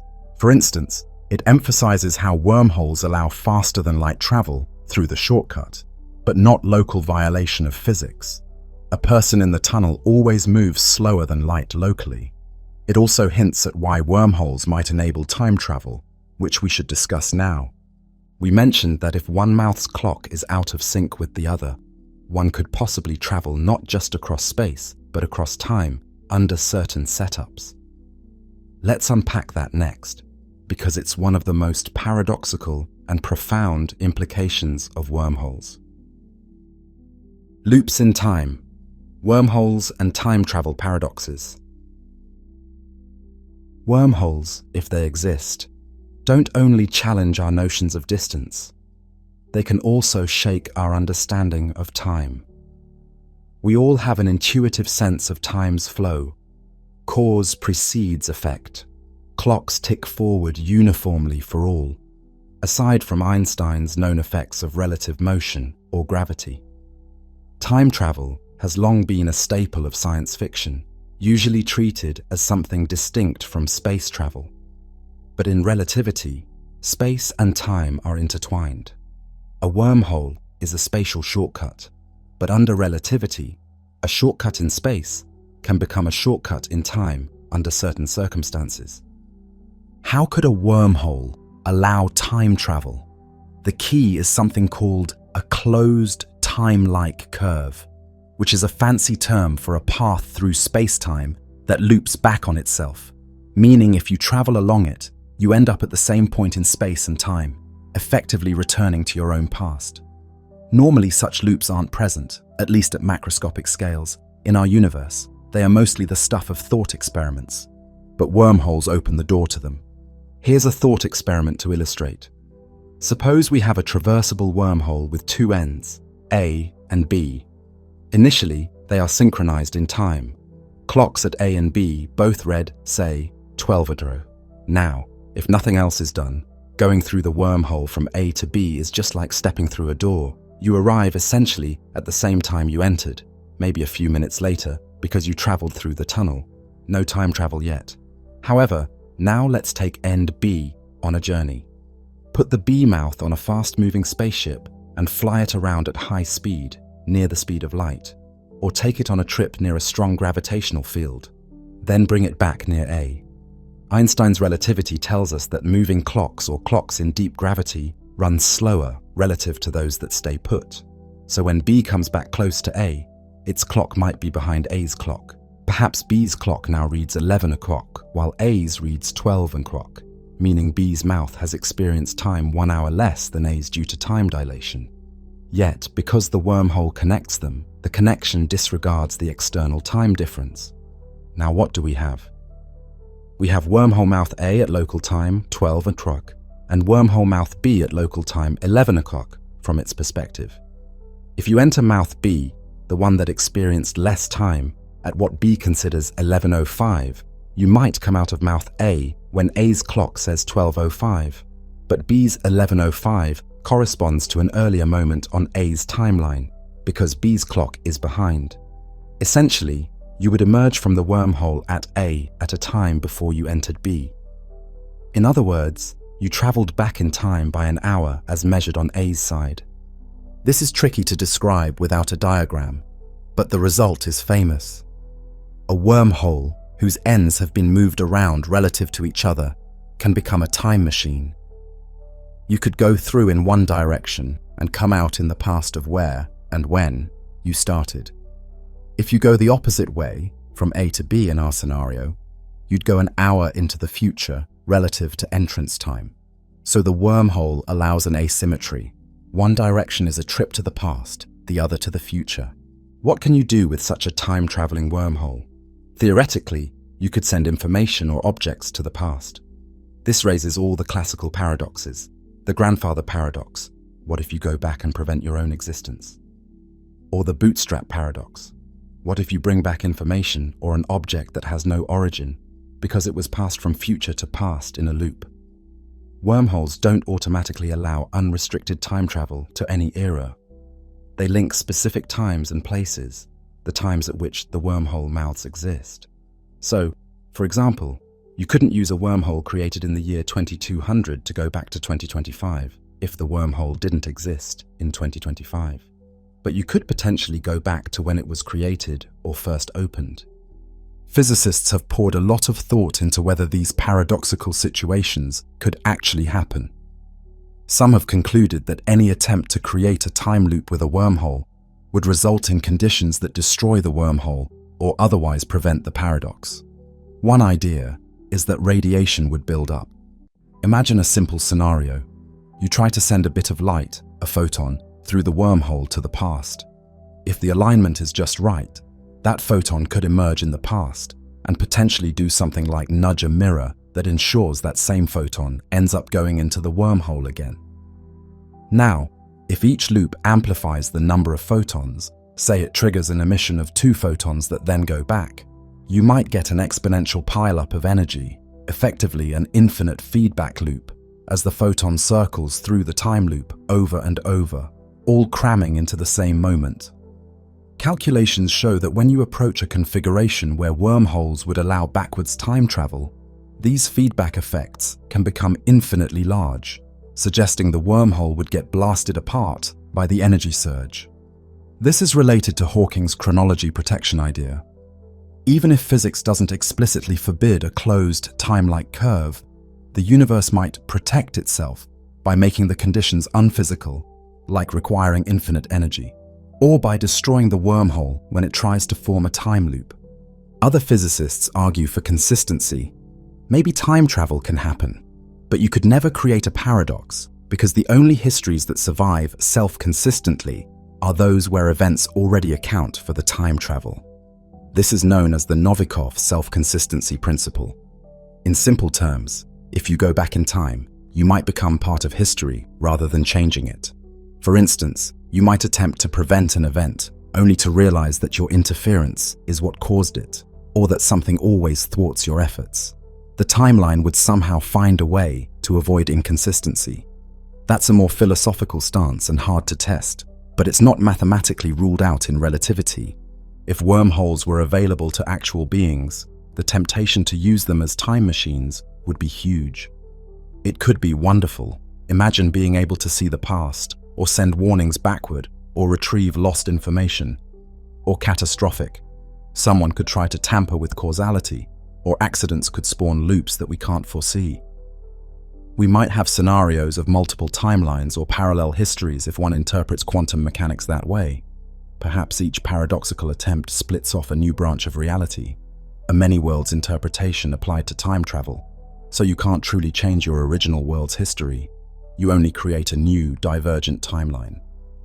Alternatively, perhaps any attempt to change the past simply results in the same outcome, keeping the timeline consistent. The ethical and practical implications are enormous.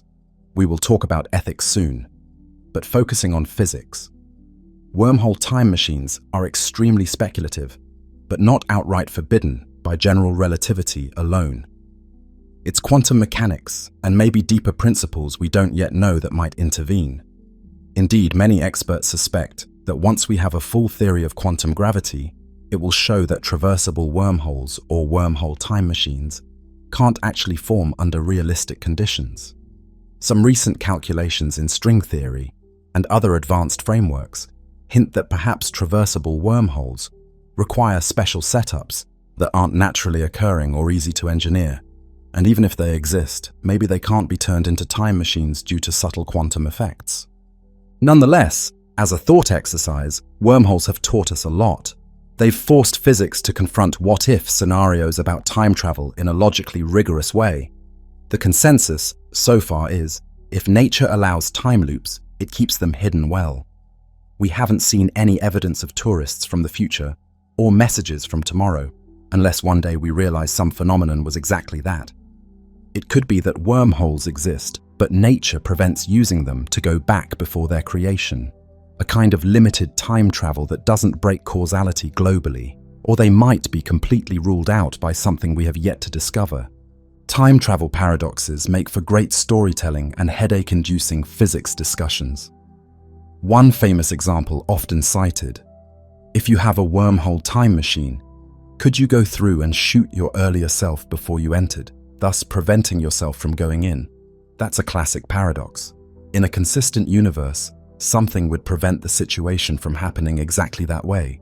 Perhaps the gun misfires, or you find you simply cannot bring yourself to do it. Or you shoot, but only wound, and end up causing the very scar you saw on your older self that motivated going back. The universe might enforce self-consistency, or timelines might branch into parallel worlds, rather than truly changing a single history. This possibility of parallel worlds brings us to another fascinating lens through which wormholes can be viewed: quantum mechanics and entanglement. It turns out that the equations and concepts that produce wormholes in relativity have surprising analogues in the quantum world, and understanding one could illuminate the other. Invisible bridges, wormholes, and quantum entanglement. In the 1930s, the same year Einstein and Rosen published their idea of wormhole bridges, Einstein-Rosen or ER bridges. Einstein was also involved in another famous paper with Podolsky and Rosen on a completely different topic: quantum entanglement, often abbreviated EPR after the authors. Entanglement is the bizarre quantum phenomenon where two or more particles become linked, such that the state of one instantly influences the state of the other, no matter how far apart they are, as if they share a connection outside of normal space. Einstein found this spooky action at a distance deeply unsettling. It took many decades, but experiments repeatedly confirmed that entanglement is a real feature of our world. If you create a pair of photons or electrons in a certain quantum state, then separate them by miles, they behave in ways that defy classical explanation. Measuring one seems to instantly affect the other, in correlation, even though no signal passes between them, at least none that we can detect, and none that obeys normal speed limits. It's as if entangled particles are dancing in unison across any distance, without communicating in the usual sense. For a long time, entanglement was just a quantum oddity, something to be accepted and perhaps harnessed, as we do now in quantum computing and cryptography. But some physicists began to notice a curious resonance between the properties of entanglement and the properties of wormholes. Both seem to suggest some kind of deep connection between distant points. Could these two be facets of the same underlying reality? This line of thought gained momentum in theoretical physics, especially around 2013, when two prominent theorists, Leonard Susskind and Juan Maldacena, boldly conjectured ER equals EPR. In plain language, that proposal suggests each quantum-entangled pair of particles may be connected by a tiny Einstein-Rosen wormhole bridge. They didn't mean there's an actual tunnel you could traverse between those particles. These would be extremely tiny and non-traversable wormholes, so you couldn't send a person or even a photon through them. Rather, it was a way to reconcile how entanglement could have such immediate correlations without traditional signaling. Perhaps, in some higher dimensional sense, entangled particles are adjacent, connected by the equivalent of a wormhole that shortcuts through an unseen dimension of space-time. This idea remains theoretical and somewhat speculative, but it has intriguing support in certain advanced theories, like the holographic principle and string theory. For example, in certain simplified universes, toy models that physicists study, like a universe with a negative cosmological constant used in holographic duality, it's been shown that you can have two black holes that share a single interior because they're quantum entangled. That interior is effectively a wormhole linking them. If you have two black holes maximally entangled, it's as though they form a single connected system via an ER bridge. Why does this matter? Because it hints that space-time geometry and quantum entanglement are deeply related. Some even suggest that space-time itself could be woven from quantum entanglement threads. In other words, the unity of space, the fact that space feels like a continuous whole, might arise from the vast network of entanglements between all the microscopic constituents of the universe. If entanglement is like invisible filaments connecting particles, and if each such filament is a tiny wormhole, in a mathematical sense, then our space might literally be the product of these connections. It's a poetic and mind-expanding idea. The fabric of space-time may be stitched together by quantum threads of entanglement, and wormholes are the geometrical picture of those threads. This concept also provides a new way to think about black hole puzzles. There's the famous black hole information paradox. If a black hole gobbles up information, say someone falling in with a diary, what happens to that information when the black hole eventually evaporates via Hawking radiation? Quantum physics says information can't be destroyed, but it seemed like black holes might violate that rule. Some resolutions using the ER equals EPR idea suggest that Hawking radiation particles, the ones that escape a black hole, are entangled with what's inside, and by extension connected via tiny wormholes. So perhaps information isn't lost at all, but rather subtly transferred out through those connections. This is still a hot research area, but it's amazing that wormholes found relevance in it. Additionally, recent experiments, though very rudimentary, have tried to simulate wormhole-like behavior in quantum systems. In late 2022, a team of physicists reported using Google's Sycamore quantum processor to simulate a tiny wormhole. They engineered a system of entangled quantum bits, qubits, that behaved analogously to two minute black holes connected by a traversable wormhole. By sending a simple message into one side, in the form of quantum information, and seeing it emerge on the other side, they in essence demonstrated teleportation via an entangled wormhole. Of course, no actual space tunnel was formed. It was a mathematical analog within the quantum computer. But this experiment shows that the ER equals EPR idea is more than philosophical. It can inspire real tests that deepen our understanding of quantum gravity, bringing wormholes out of pure speculation and inching them toward empirical science. Stepping back, even if every entangled pair has a wormhole, is too literal a statement. The emerging theme is that space and connectivity might be an emergent phenomenon. The distance between two particles might be partly a function of how entangled, or not entangled, they are with the rest of the world. Perhaps everything in the universe is much closer in some deeper quantum sense, like pages in a book seem separate in 2D but are adjacent in 3D when bound together. It's almost philosophical. Maybe what we perceive as empty space between objects is just a manifestation of most things being only weakly entangled. If we could see the true quantum connections, perhaps no two objects are ever truly isolated. In simpler terms, one could say quantum mechanics offers invisible threads, and general relativity offers tunnels, and they might be describing the same phenomenon in different languages. When you marry the two, you get a richer picture where geometry, like wormholes, and quantum connections, entanglement, unify. Understanding this unity might be key to formulating a theory of quantum gravity that so far has eluded science. Furthermore, this interplay between entanglement and wormholes suggests new avenues for experimentation. That recent quantum computer simulation is one example of how these ideas are moving toward the realm of testable science. It was a very toy model of a wormhole, but as quantum technologies improve, we might simulate more complex wormhole scenarios in lab systems, giving us insight into how real wormholes or the underlying principles might work. This quantum perspective leads naturally to the idea of extra dimensions and string theory, where wormholes might find a more comfortable home. If entanglement hints at hidden connections, string theory takes it a step further by positing actual hidden dimensions of space in which wormholes could exist. To fully appreciate that, we should step into the world of higher dimensions, a place where our imaginations and equations venture beyond the 4D space-time we directly know. Wormholes and higher dimensions, the string theory view. The concept of wormholes fits intriguingly well with the idea that there may be more dimensions to space than the three we experience. String theory, a leading though unproven framework for a theory of everything, requires extra spatial dimensions.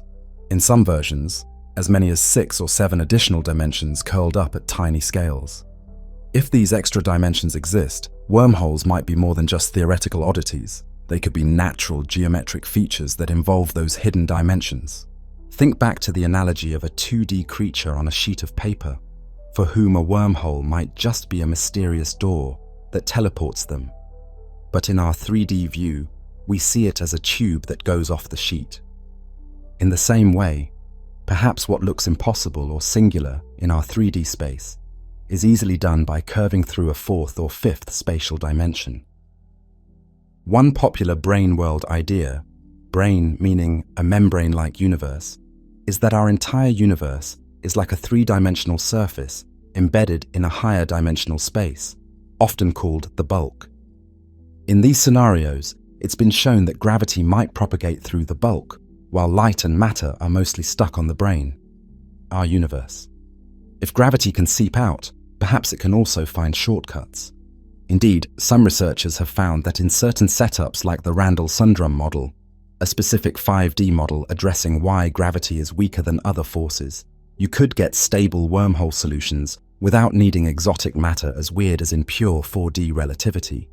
Essentially, the higher dimensional geometry itself does the trick of sneaking around energy condition violations. You might have a wormhole that appears to violate 4D rules, but actually it's perfectly fine in 5D. It's just borrowing an extra dimension to sustain itself. Imagine two distant regions on our brain, our 3D sheet. In normal 3D, they're far apart. But if you can go through the bulk, the higher dimension, maybe they're not so far. Like 2 points on the surface of a table are far in 2D, but a shortcut through the 3rd dimension, above the table, could connect them by a direct straight line through the air. A wormhole might just be a manifestation of our space bending through that bulk to join those points.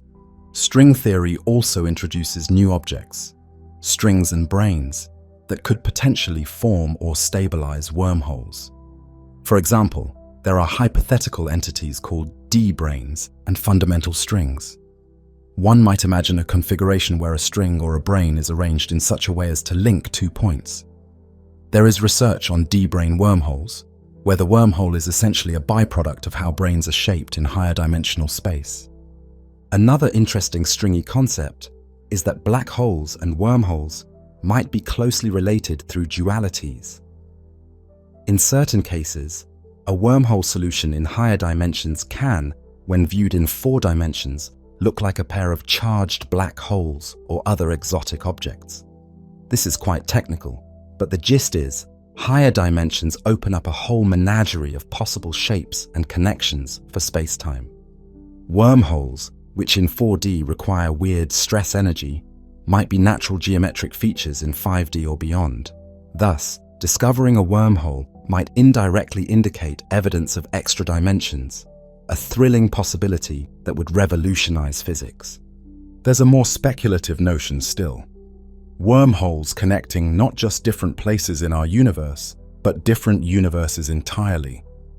In some cosmological models, our Big Bang might have spawned multiple bubble universes, separate regions of space-time that never meet.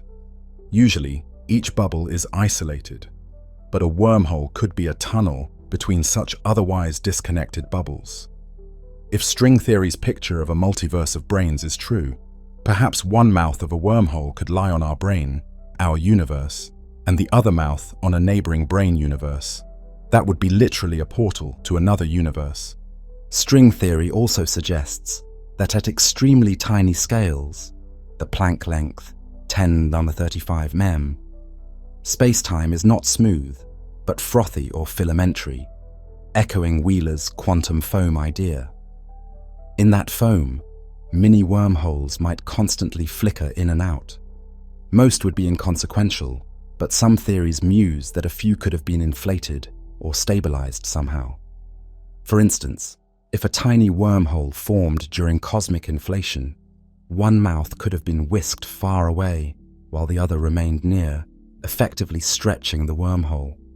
Or if certain high-energy events, like cosmic string interactions, assuming cosmic strings exist, occurred, they might create small wormholes. If micro-wormholes exist today, they might be all around us at Planck scales, but imperceptible. Some advanced technological civilization, or future humans, might dream of capturing a tiny wormhole and enlarging it, a bit like grabbing a tiny soap bubble and inflating it without popping it. Science fiction as that sounds, it's a scenario that's been contemplated in theoretical papers, using intense fields or special quantum effects to coax a wormhole to grow. So far, string theory and related ideas have not provided definitive, yes, wormholes are real, and here's how to make one, answers. But they have enriched the conversation, showing that under certain conditions, wormholes aren't just mathematical freaks, but plausible structures in a richer cosmic setting. They've tied wormholes to fundamental puzzles like why gravity is weak, maybe because it spreads into extra dimensions, which also allow wormholes. They've linked wormholes to potential signatures like unusual gravitational effects in our 3D world, hinting at hidden dimensions. And if string theory is right about extra dimensions, wormholes might be out there doing subtle things. For example, if gravity can travel through wormholes, 2 regions connected by one might exert slight anomalous gravitational influence on each other. Some scientists have proposed looking for such anomalies. One idea was that the supermassive black hole in the center of our galaxy could be a wormhole. If so, stars orbiting it might feel tugs from stars or mass on the far side of the wormhole, in whatever region or universe it connects to. As we'll see, people have actually looked at the orbits of stars near our galactic center for unexplained deviations that might hint something invisible is pulling from a mirror world beyond the wormhole. So far, no clear sign, but the fact that we can even make such a test is astonishing. Having journeyed through general relativity, quantum theory, and higher dimensions, you might wonder, are any wormholes actually out there? Or are they all talk and no show? It's a hard question, but scientists have pondered how we might detect a wormhole if one exists in the cosmos. Let's explore what clues we could search for in the sky, and whether any hints have turned up. Unstable gateways, tidal forces, and other challenges. A traversable wormhole, should one ever exist, would be a precarious structure. It's like walking on the knife's edge of physics. One wobble, and the wormhole could collapse or morph into something decidedly non-traversable. We've already mentioned some threats: the requirement of negative energy, the possibility of time travel-induced feedback, etc. Now let's gather those and other challenges to paint a picture of just how delicate a wormhole would be. 1.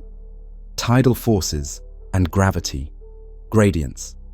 If a wormhole throat isn't large enough or well constructed, anything entering may be subject to intense tidal forces. For example, if one end of the wormhole is near a massive body and the other is not, the gravity difference can cause huge stresses. Ideally, one might position wormhole mouths far from massive objects to minimize this, e.g. in interstellar space. But even then, near the mouth, space-time curvature is high by definition. That's what bending space into a tunnel entails. If you've got the negative energy balancing things, you might neutralize some of that. But any imperfection could mean one side of your ship feels a slightly different gravitational pull than the other side. And if that difference is too high, it's like the forces near a black hole. You get spaghettified, stretched and squashed. The bigger the wormhole, mouth radius, the gentler the tidal forces can be. So a key engineering goal would be making the wormhole throat as wide as possible for safety. 2. Radiation and vacuum fluctuations. The interior of a wormhole might not be empty. Space is never truly empty. There are always quantum fields fluctuating. In a wormhole, these fields might behave in unusual ways. Some might get blue-shifted, increased in energy, as they travel through the wormhole, especially if one mouth moves relative to the other, as in the time machine scenario. You could have a situation where what starts as harmless vacuum fluctuation becomes high-energy radiation when it emerges out the other end, or bounces back and forth gaining energy. For instance, if one tries to turn a wormhole into a time loop, the vacuum fluctuations looping through might amplify and destroy it, the feedback we discussed with Hawking's idea. Even aside from time loops, cosmic radiation, like high-energy particles, gamma rays, etc., might enter a wormhole mouth. If one mouth is near an active environment, say near a star or a galactic center, and the other mouth is in a quieter region, radiation will pour through from the active side to the quiet side, potentially exposing travelers or equipment to bursts of energetic particles. A stable wormhole might need radiation shielding, or some way to dissipate energy buildup. Perhaps the exotic matter itself helps reflect or absorb it. Otherwise, the interior could heat up or develop dangerous levels of radiation that either collapse the wormhole or harm whatever goes through. 3. Collapse and pinch-off. The exotic matter must be present and arranged just right. If something disturbs it, say it disperses, gets neutralized, or shifts, the wormhole could begin to close. How fast? Possibly at the speed of light or near it. A traveler partway through could be caught as the tunnel pinches down. That might crush or sever them if the collapse is catastrophic. Imagine the throat narrowing like a closing sphincter while you're inside. You might be compressed or stranded in a fragment of space disconnected from both ends. Maintaining the exact conditions for an open throat might be like balancing a pencil on its point, doable with active stabilization, but if your stabilizer fails, down it goes. This is why some theorists suspect traversable wormholes, if they exist, might be extremely transient or require continuous control, like an ongoing application of negative energy from some generator. 4. Quantum instabilities. There are suggestions that wormholes might be inherently prone to quantum instabilities. For example, could they facilitate processes that normally are ultra-rare or forbidden? One wild idea: wormholes could potentially trigger vacuum decay. If our universe's vacuum state is metastable, a possibility in some particle physics models, a wormhole might provide a shortcut for it to decay to a lower energy state, which would be catastrophic. essentially a bubble of true vacuum expanding at nearly light speed, erasing normal matter and structures. This is very speculative, and most think it unlikely, but it underscores a point. Messing with space-time might have unknown side effects. Even if vacuum decay isn't a concern, wormholes could cause other exotic phenomena like particle production. The strong bending of space might polarize the vacuum and spawn particles, sort of like Hawking radiation. Over time, this could sap energy from the wormhole or flood it with radiation or exotic particles, like an uncontrollable vacuum laser or something. Such issues mean a wormhole might naturally evaporate or shrink as it radiates energy away, unless fed somehow. 5. Interference and interaction with surroundings. Even if a wormhole stands stable in a pristine environment, the universe around it won't stay quiet. It might drift near other masses or be perturbed by passing gravitational waves, like those from distant black hole mergers. Could a strong gravitational wave shake a wormhole and cause oscillations or collapse? Possibly. Wormholes have resonant modes, like any gravitating system. If a wave hits the mouth, the throat might wobble. In a scenario where someone is traversing during such an event, it might be like an earthquake in the tunnel. Also, if humans start using wormholes regularly, there could be traffic management issues. What if too much mass goes through at once? Shoving a huge amount of mass through a wormhole could alter the stress-energy balance and momentarily strain the exotic matter's ability to hold the throat open. Perhaps each transit slightly destabilizes it. You'd need a cool-down period or active damping systems to keep it open after heavy use. 6. Decay over time. Even a theoretically stable wormhole might not be eternal. Maybe it slowly leaks its exotic matter, or quantum effects cause the exotic state to degrade. Over a long time, millions of years, a wormhole could gradually contract or pinch off if not maintained. If civilizations rely on wormholes, they'd have to monitor their health, a kind of infrastructure maintenance. Imagine a far future scenario where a forgotten wormhole network starts collapsing because the generators keeping them open fail. Star systems could become isolated again, or travelers could be lost mid-route. Given all these hazards, any journey through a wormhole would be taken with great caution. It would be like crossing a bridge made of glass over a chasm, hoping it doesn't crack under your weight. One would likely send probes first, measure conditions, possibly actively stabilize the wormhole with some engineered device, like feedback systems injecting bursts of negative energy or adjusting the throat geometry on the fly to counteract perturbations. Perhaps using a wormhole will always remain a delicate operation, not a casual stroll. On the flip side, understanding these challenges is useful. Each of them suggests a way to test or constrain wormholes' existence. For instance, if wormholes tended to collapse with too much mass, maybe none above a certain size could survive, which might tell us why we don't easily see them. Or if they radiate, maybe we could detect an unusual radiation spectrum from what looks like an isolated black hole. So far, we have no direct evidence that any of these speculated issues have manifested in reality. But then, we haven't found a wormhole either. It might be that if nature allows wormholes at all, they exist only in realms we haven't observed, like at Planck scales or in extreme conditions, or are carefully hidden by cosmic censorship of a sort. The bottom line: traversable wormholes would be high-maintenance, temperamental beasts. They're the divas of theoretical physics, requiring special conditions, throwing fits if stressed, possibly self-destructive if you break their rules. But if one could tame such a beast, the rewards are immense. Knowing these caveats, we can now turn our attention to the practical side of things. How might we detect a wormhole if one exists out there in space? After all, it's one thing to theorize and simulate on a quantum computer, but finding a real wormhole would shake the foundations of science. Let's explore what signs or signals a wormhole might give us, and whether scientists have already looked for them. Searching the skies, how could we find a wormhole? Despite wormholes being theoretical, Scientists have pondered ways they might reveal themselves if they exist in the universe. After all, if nature did leave a few wormholes around, perhaps formed in the Big Bang or by some exotic process, they might interact with matter and light in noticeable ways.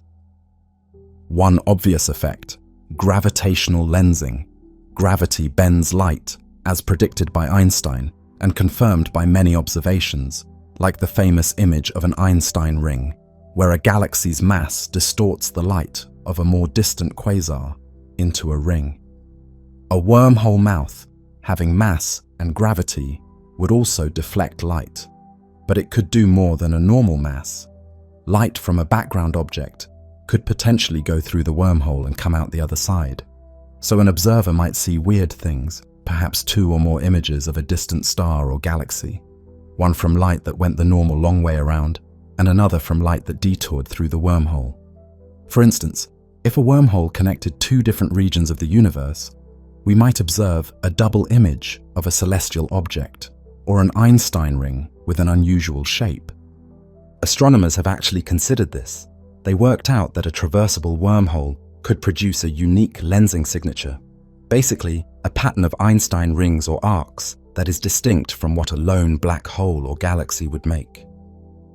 One study suggested a wormhole might create 2 concentric rings of light from a single background source, one ring from light that skimmed the outside of the throat, and one from light that passed through and exited the other mouth. Detecting such a double ring would be smoking gun evidence. So far, no confirmed observation of that nature exists, but surveys of gravitational lenses could, in principle, stumble on an odd case that matches a wormhole's fingerprint. Another clue could come from motion of objects near a suspected wormhole. For example, the center of our Milky Way hosts a massive compact object, almost certainly a black hole, Sagittarius A. We have observed stars orbiting extremely fast close in. One idea, put forth by a few researchers, was, what if instead of a black hole, Sag A is actually a wormhole mouth? How could we tell? They proposed that if it's a wormhole connecting 2 places, there might be matter, or stars, on the far side whose gravity can leak through. That could add a subtle wobble or perturbation in the orbits of stars on our side. Specifically, one study suggested that a star orbiting our galactic center might feel an additional tiny pull, as if there were an unseen mirror star orbiting the wormhole from the other side. If our instruments reached enough precision, we might detect a deviation in the known orbit, which is otherwise explained perfectly by a single central mass. Researchers calculated what sensitivity is needed, and it's extremely high, though future telescopes might approach it. If such an anomaly were found, and other explanations like another small black hole were ruled out, it could hint at a wormhole. There's also the possibility of catching exotic emissions. Consider that a wormhole connecting 2 different environments might have matter flowing through. Imagine one mouth is near an active galactic nucleus with hot gas and radiation, and the other mouth is in a quiet galaxy. We might see high-energy particles suddenly appearing from empty space near the quiet galaxy's mouth. Basically, stuff shooting out of nowhere, from the perspective of that galaxy. This could look like a spherical outburst or an unusual radiation source with no obvious power supply. Some astrophysicists speculated that certain unexplained phenomena could, with a lot of imagination, be wormholes. One example, the so-called odd radio circles, AURCs, discovered in recent radio astronomy surveys, giant ring-like radio emissions in the sky with no clear counterpart in visible light. They are likely shock waves from galaxy interactions or remnants of some burst. But one hypothesis was, maybe it's a wormhole's sphere of influence. In that interpretation, a wormhole might cause a spherical wave of radiation, say from matter colliding as it enters a mouth, which we'd see as a circle, since we see the cross-section of a sphere from far away. This idea is very speculative, and AURCs are still under study with more mundane explanations, but it shows people are thinking about how wormholes could manifest. Another potential sign, gravitational waves. If 2 black holes collide and merge, LIGO and other detectors can catch the resulting gravitational wave signal. If wormholes exist, especially if they can form or oscillate, they too could emit gravitational waves.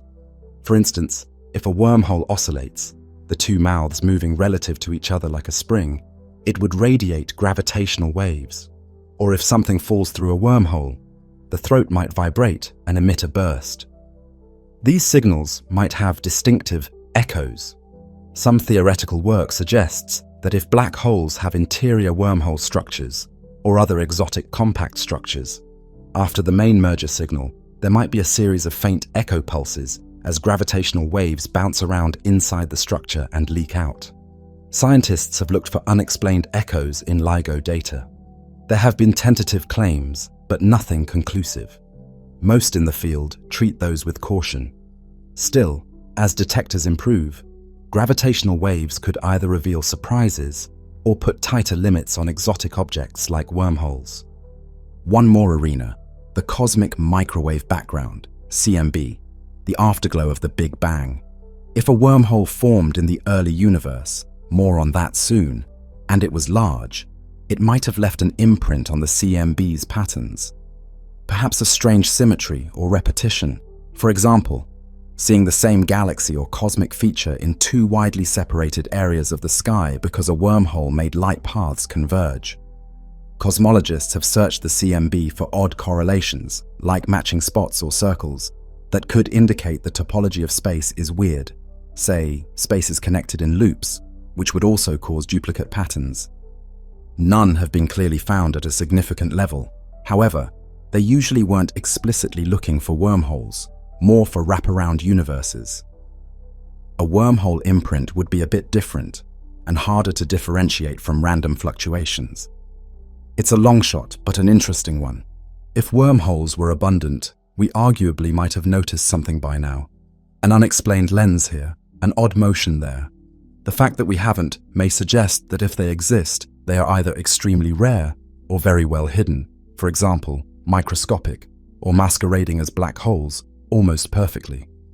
On the other hand, our observational tools have only recently become precise enough to even contemplate these subtle effects.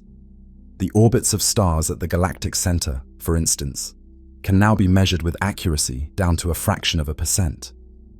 In the coming decades, any tiny anomalies might start to surface. To summarize, scientists are actively scanning the heavens for unusual gravitational lensing signatures, double rings, unexplained multiple images, watching motions of stars and gas for perturbations that don't fit known masses, monitoring high-energy or transient events, gamma-ray bursts, radio bursts, cosmic rays, for patterns that could hint at matter coming or going mysteriously, listening with gravitational wave detectors for something weird that might point to exotic objects like wormholes, checking the cosmic background for patterns that defy conventional cosmology. So far, nothing has shouted wormhole here, but the search has really only begun. It's akin to looking for a needle in a haystack when you're not sure there even is a needle.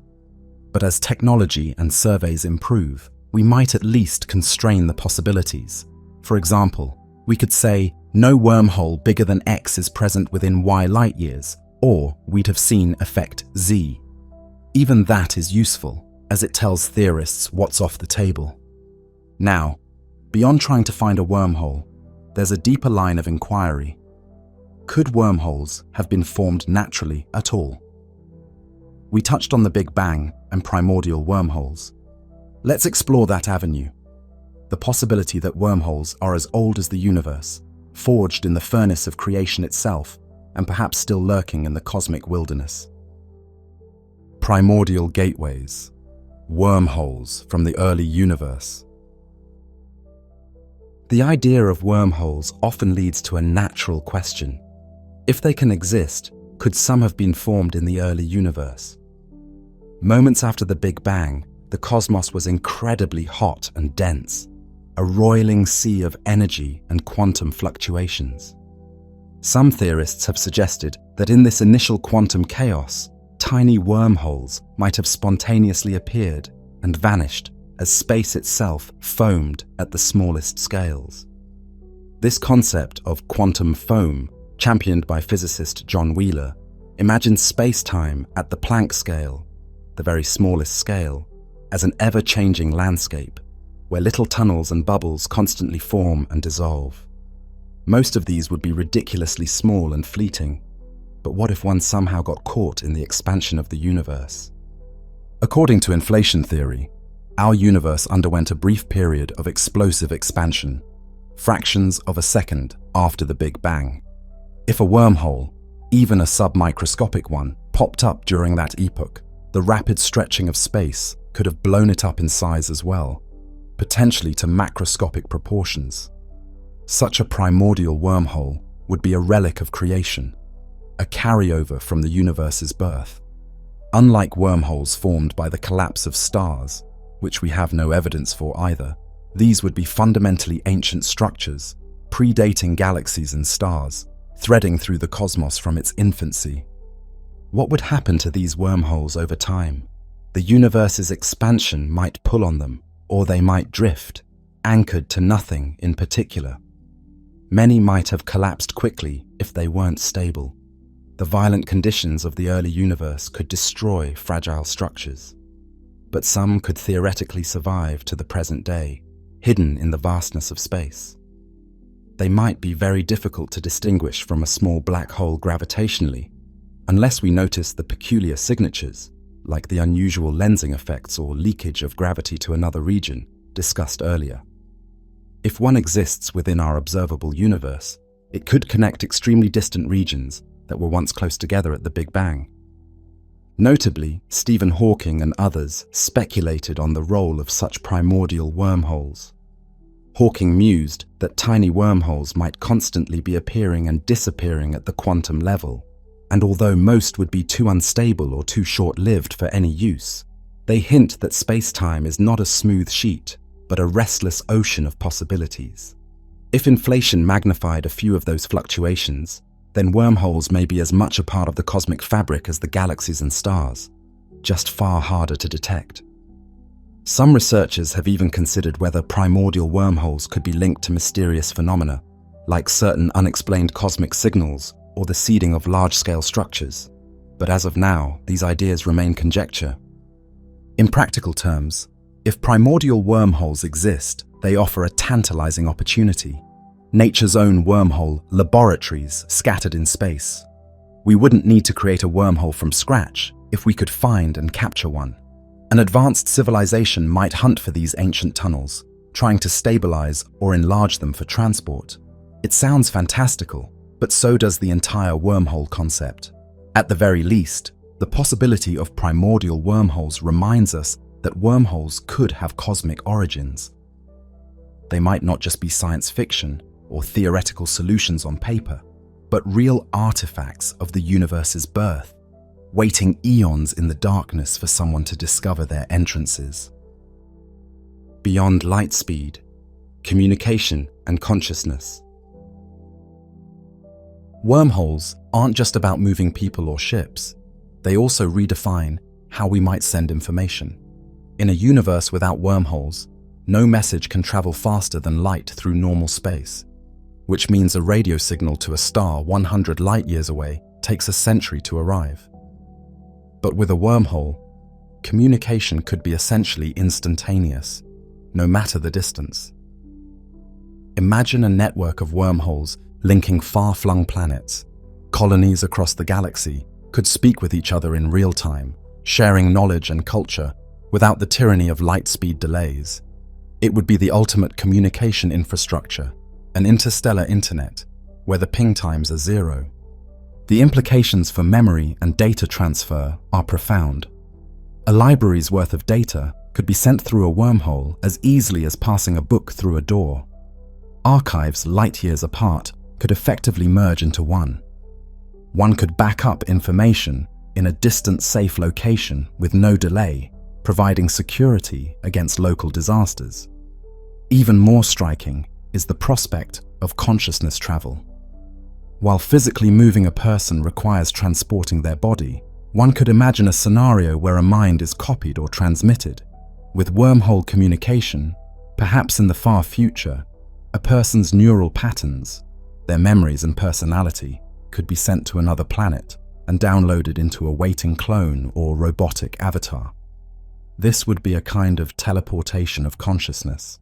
You wake up on the other side of the galaxy in a new body, without your original body ever making the journey. It's speculative, but wormholes make the physical distance the least concerning part of that wild idea. Even without such advanced biotechnology, wormholes could allow something akin to telepresence on an unprecedented scale. Remote exploration robots on an alien world could be controlled in real time via a wormhole link, as if the operators were actually there. Surgeons on Earth could operate on patients in a spaceship light years away by manipulating instruments through a small wormhole window. Friends separated by vast distances could virtually sit in the same room via a tiny wormhole portal, more intimate than any video call, because light and sound would actually be passing through a shared space. All of this hinges on having wormholes to use, of course, and it raises interesting physical and philosophical questions. Information going through a wormhole bypasses the normal route through space, but it still must obey consistency. One couldn't use a wormhole network to send a message to one's own past unless a time-offset wormhole was set up, with all the paradox issues we explored earlier. Engineers of a wormhole communication grid might have to enforce rules, for instance, preventing any wormhole pair from becoming a potential time loop communicator. But within those constraints, the benefits are staggering. The concept of transferring consciousness also forces us to ask, what is the self? If a mind can be projected elsewhere and inhabit a new vessel across the cosmos, are we more than our physical forms? Wormholes won't answer such philosophical queries directly, but they could provide the stage to test them, a way to separate mind from original matter without the gulf of space and time in between. In a way, wormholes might someday let us bridge not only space, but the gap between minds, connecting intelligences across distance in a form of direct communication that makes current technology look like smoke signals. These possibilities exemplify how wormholes, if harnessed, would revolutionize civilization. They collapse not just space, but also the separation between beings.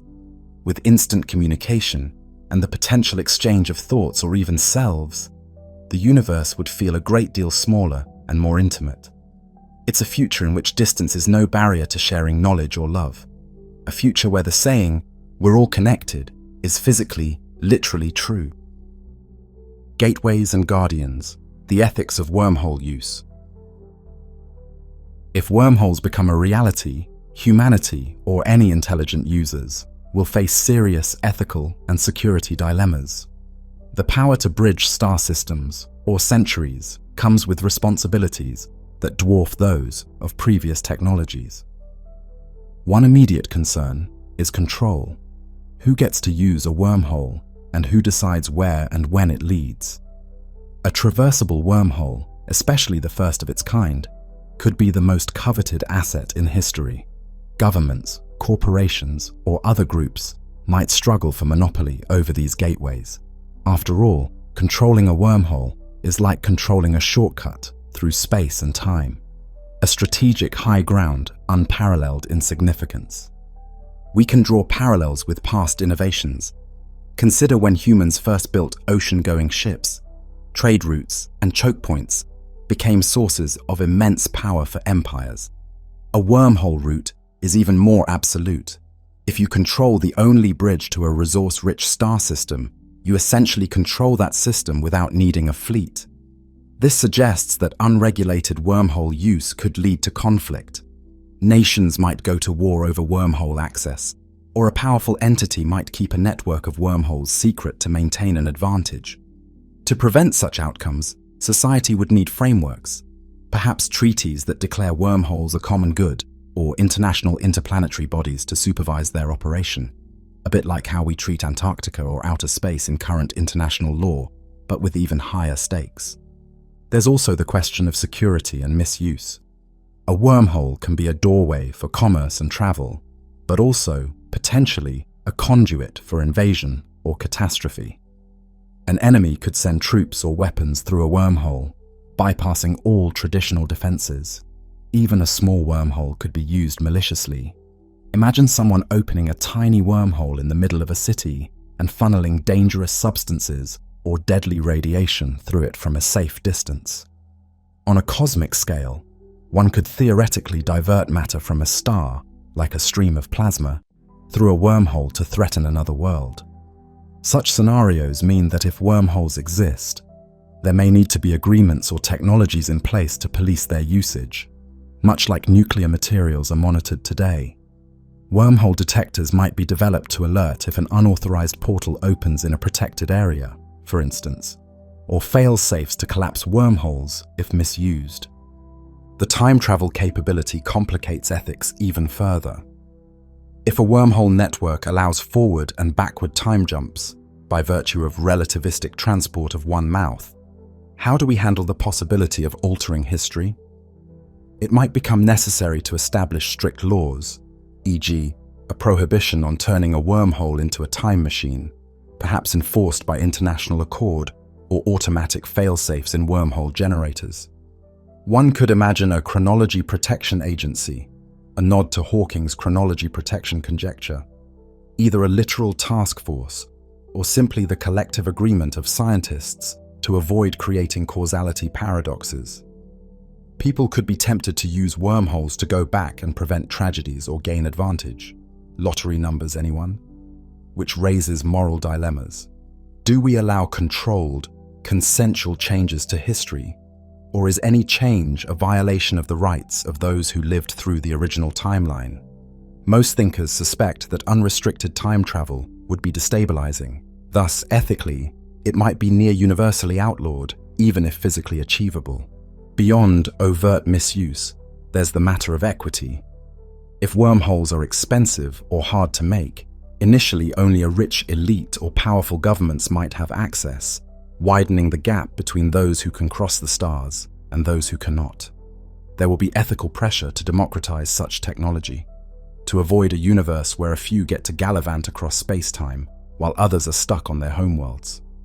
History has shown that with airplanes, telephones, and the internet, widespread access eventually became key to unlocking the full benefit of the technology.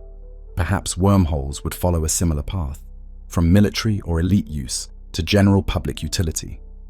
Still, ensuring fair access would be a challenge, requiring conscious effort. Finally, consider the environmental and existential risks. Every wormhole manipulation is an interference with space-time structure. Could creating or using wormholes have unforeseen side effects, like triggering that vacuum decay scenario or disrupting orbits? Ethically, we'd need to weigh the potential harm of tearing space-time against the benefits. It might be akin to early atomic scientists worrying about setting the atmosphere on fire with a nuclear test, an extremely low probability event, but with annihilating consequences if it came true. Responsible science demands we assess these risks honestly. Perhaps initial wormhole experiments would be done far from Earth, in case something went awry, or on a small scale before scaling up. In summary, wormholes would demand a new ethical framework. We'd need a blend of caution, international cooperation, and forward-thinking regulation to use them wisely. Much as the world came together, however imperfectly, to prevent nuclear war and to manage space resources peacefully, a similar or greater unity might be required to handle wormhole technology. The goal would be to maximize the wondrous benefits: quick travel, instantaneous communication, cultural exchange, while minimizing opportunities for disaster or domination. Achieving that balance could be one of humanity's greatest ethical tests, essentially asking, can we wield the power of the gods without succumbing to our very human flaws? Handled wisely, wormholes might even open pathways to domains utterly foreign to us. Among the wildest possibilities is the idea of connecting not just different regions of our universe, but entirely different universes. Across the multiverse, bridges to parallel realities. The word universe used to mean everything that exists. But modern cosmology and quantum theory have opened the door to the idea that our universe might be just one of many, a multiverse. If so, wormholes might not limit themselves to connecting points within one universe. They could, at least in theory, link different universes altogether. What do we mean by different universes? There are multiple concepts. One is the idea of separate bubble universes. Eternal inflation, a cosmological theory, suggests that as our universe inflated, other regions could inflate separately, creating bubble-like universes that are causally disconnected from ours.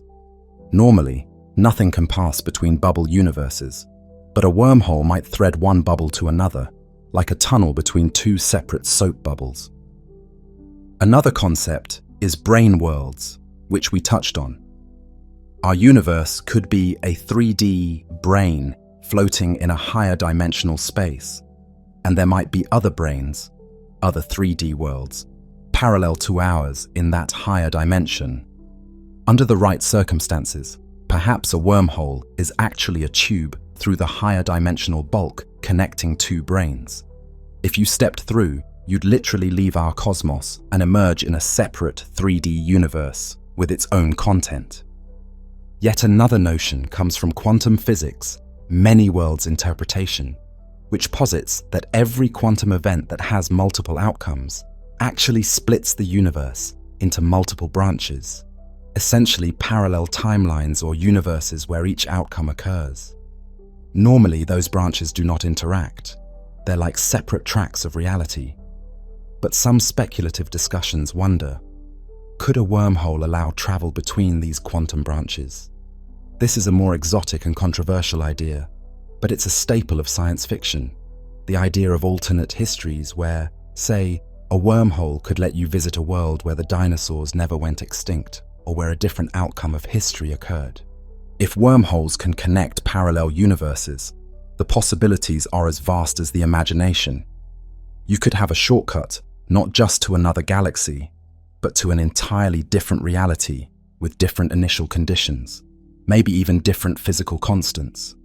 Some theoretical physicists have played with models where a wormhole connects a universe that has, say, a different value of the electromagnetic force. Stepping through might mean entering a realm where atoms are of a different size or stars burn at different rates. That sounds dangerous, and it would be, but it shows how far one can extend the mathematics. There is even a theory that black holes could be wormholes to new universes. One proposal is that when matter collapses into a black hole singularity, perhaps quantum gravity saves the day by avoiding an infinite crunch. Instead, the collapsing matter tunnels through a wormhole-like process and pops out as a new Big Bang in another universe. In this picture, every black hole might be an embryonic universe internally. If that were true, we don't know, then our universe's own Big Bang might have been born from the interior of a black hole in some parent universe. It's a mind-bending idea. Wormholes as the umbilical cords of baby universes. Now, have we any evidence of anything beyond our universe to even hint at wormholes connecting universes? Not really. By definition, other universes, if they exist, are not observable except by perhaps subtle gravitational effects, or if a wormhole gate exists. There have been claims of unexplained cold spots in the cosmic microwave background that some attributed to a collision with another universe's bubble. But those interpretations are speculative. If a wormhole connected to another universe, how would we know it's another universe and not just another part of our universe? One clue might be if something impossible appears through it, say stars or particles that don't match what our universe's physics allows. Perhaps the chemical composition is weird, or physical constants measured through the wormhole region seem off. If you stuck a probe partially through a wormhole and noticed that on the far side pi calculated differently, or the spectrum of hydrogen was shifted, you might suspect you're not in Kansas or this universe anymore. Why entertain such extreme ideas? In part because modern physics has extreme ideas on the table anyway. Multiple dimensions, many worlds, etc. Wormholes are already exotic, so connecting them to other exotic frameworks is natural for theoretical exploration. And philosophically, it's alluring. Wormholes as a tool, not just for spacefaring, but for multiverse exploration. Civilizations might not only spread across their own galaxy, but hop to entirely different universes, effectively making them inter-universal travelers. It's the ultimate frontier. From a story perspective, it raises stakes and puzzles. If wormholes can connect universes, then somewhere out there could be an alternate version of you, and a wormhole could bring you face to face. Or a universe where life never arose might be colonized via a wormhole by life from our universe. One could contemplate a network of wormholes linking a meta-universe of many worlds. Now, scientifically, this remains in the realm of speculation. We have no evidence of other universes, and wormholes themselves are unproven. So a wormhole connecting universes is speculation squared. But it's a healthy exercise in pushing limits. It forces us to clarify what we mean by universe and space-time. If nothing else, thinking about multiverse wormholes brings us back to the philosophical. What is reality? If wormholes let us step outside our known reality, does that change our perspective of our place in existence? Perhaps in confronting the multiverse, we realize how precious our particular home universe is, or conversely, how small it is in a larger ensemble. One practical consideration. If a wormhole can connect two universes, can it disconnect? If that wormhole closes while you're in another universe, you could be truly stranded, with no realm of existence to return to.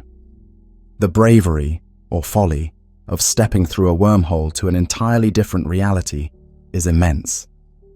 As we come to the end of our speculative trek, it's fitting to turn reflective. Wormholes, real or not, force us to re-examine our notions of distance, time, and separateness. They are a mirror to our desires and our fears. What would it mean for beings like us to have such power? What would it do to how we see distance, presence, causality?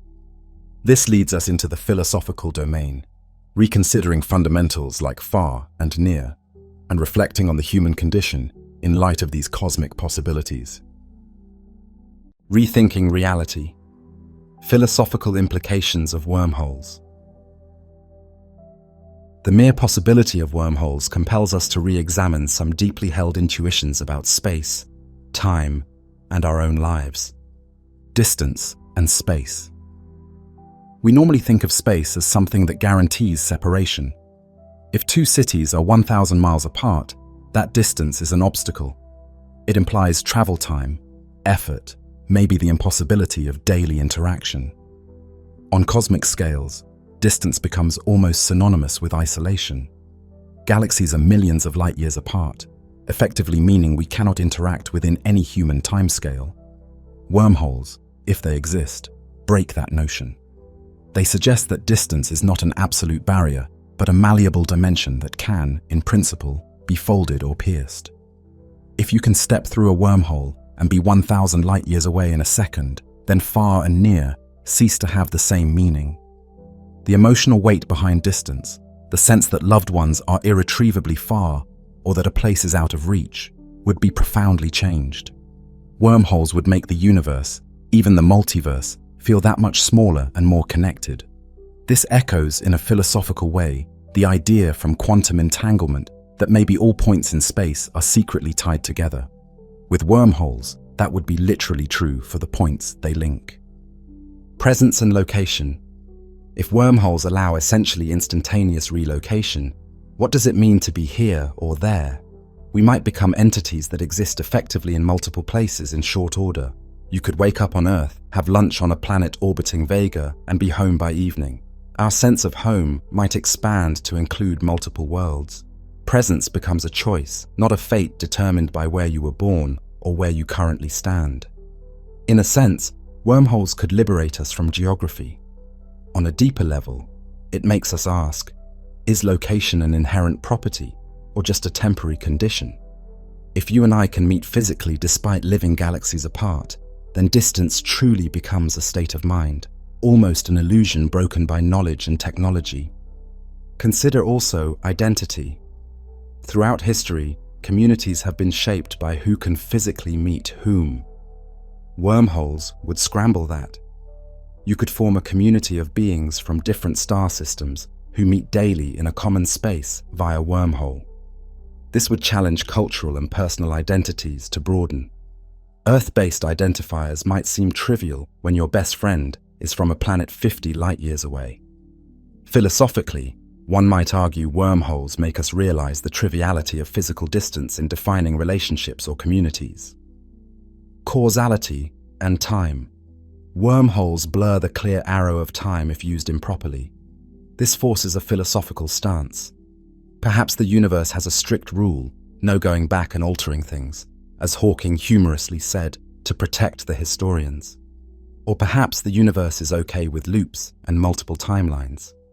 If wormholes allowed time travel, we'd confront the paradoxes we discussed not just as abstract, but as ethical and existential issues. Could you maintain a coherent sense of self if your personal timeline is no longer linear or unique? What becomes of responsibility and causality if effects can precede causes via a wormhole shortcut? Some philosophers suggest that if time travel, via wormholes or otherwise, were possible, free will might be an illusion, or the universe might be a block where everything is predetermined to avoid paradox. Or if multiple timelines are created, then every possible choice is made in some branch, again challenging the idea of personal responsibility or unique identity. You exist in countless variants. Even without time travel, wormholes shorten cause and effect delays. A supernova that would have taken 100,000 years to affect us via normal space, like sending a shockwave or cosmic rays, might, through a wormhole connection, affect us immediately. That entangles distant events with local ones in a way that upends our usual causal order. Cosmic events usually play out on timescales safely separate from human ones, but wormholes change that. Travel without moving. This phrase, popularized in fiction, like the spice navigators in Dune folding space, or mysticism, becomes almost literal. Wormholes allow one to go somewhere without the journey in between. Philosophically, journeys have been metaphors for personal growth. It's not the destination, it's the journey, people say. If the journey is instantaneous, do we lose something? One could worry that eliminating travel, the process, might cheapen the experience of reaching a destination. On the other hand, one could argue that we find meaning in what we experience, not how long it takes. Wormholes might force us to find new ways to gain the perspective and growth that travel over time and space used to provide. Perhaps with the drudgery of transit gone, we'd spend more time truly engaging with new places or peoples. It also raises Zen-like questions. There's a well-known koan, without moving, you arrive. Wormholes make that concrete. It challenges the primacy of physical movement in our conception of progress or adventure. You could cross the universe by taking a single step through a portal. It's very anti the classical heroic journey, which is full of trials. Does that make the universe less grand if it's so easily crossed? Or does it simply remove the barriers so we can focus on what truly matters, knowledge, connection? The unity of space-time. Einstein already unified space and time conceptually. Wormholes, in a sense, unify separated spaces and potentially separated times. They bring far-flung corners into contact. Philosophically, this resonates with ideas of underlying unity, that all things are connected. Many spiritual traditions speak of oneness, that separateness is an illusion.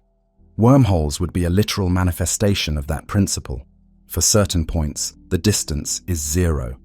If one embraced that metaphor, you might say wormholes show us that the universe is deeply interconnected in ways our senses did not initially reveal.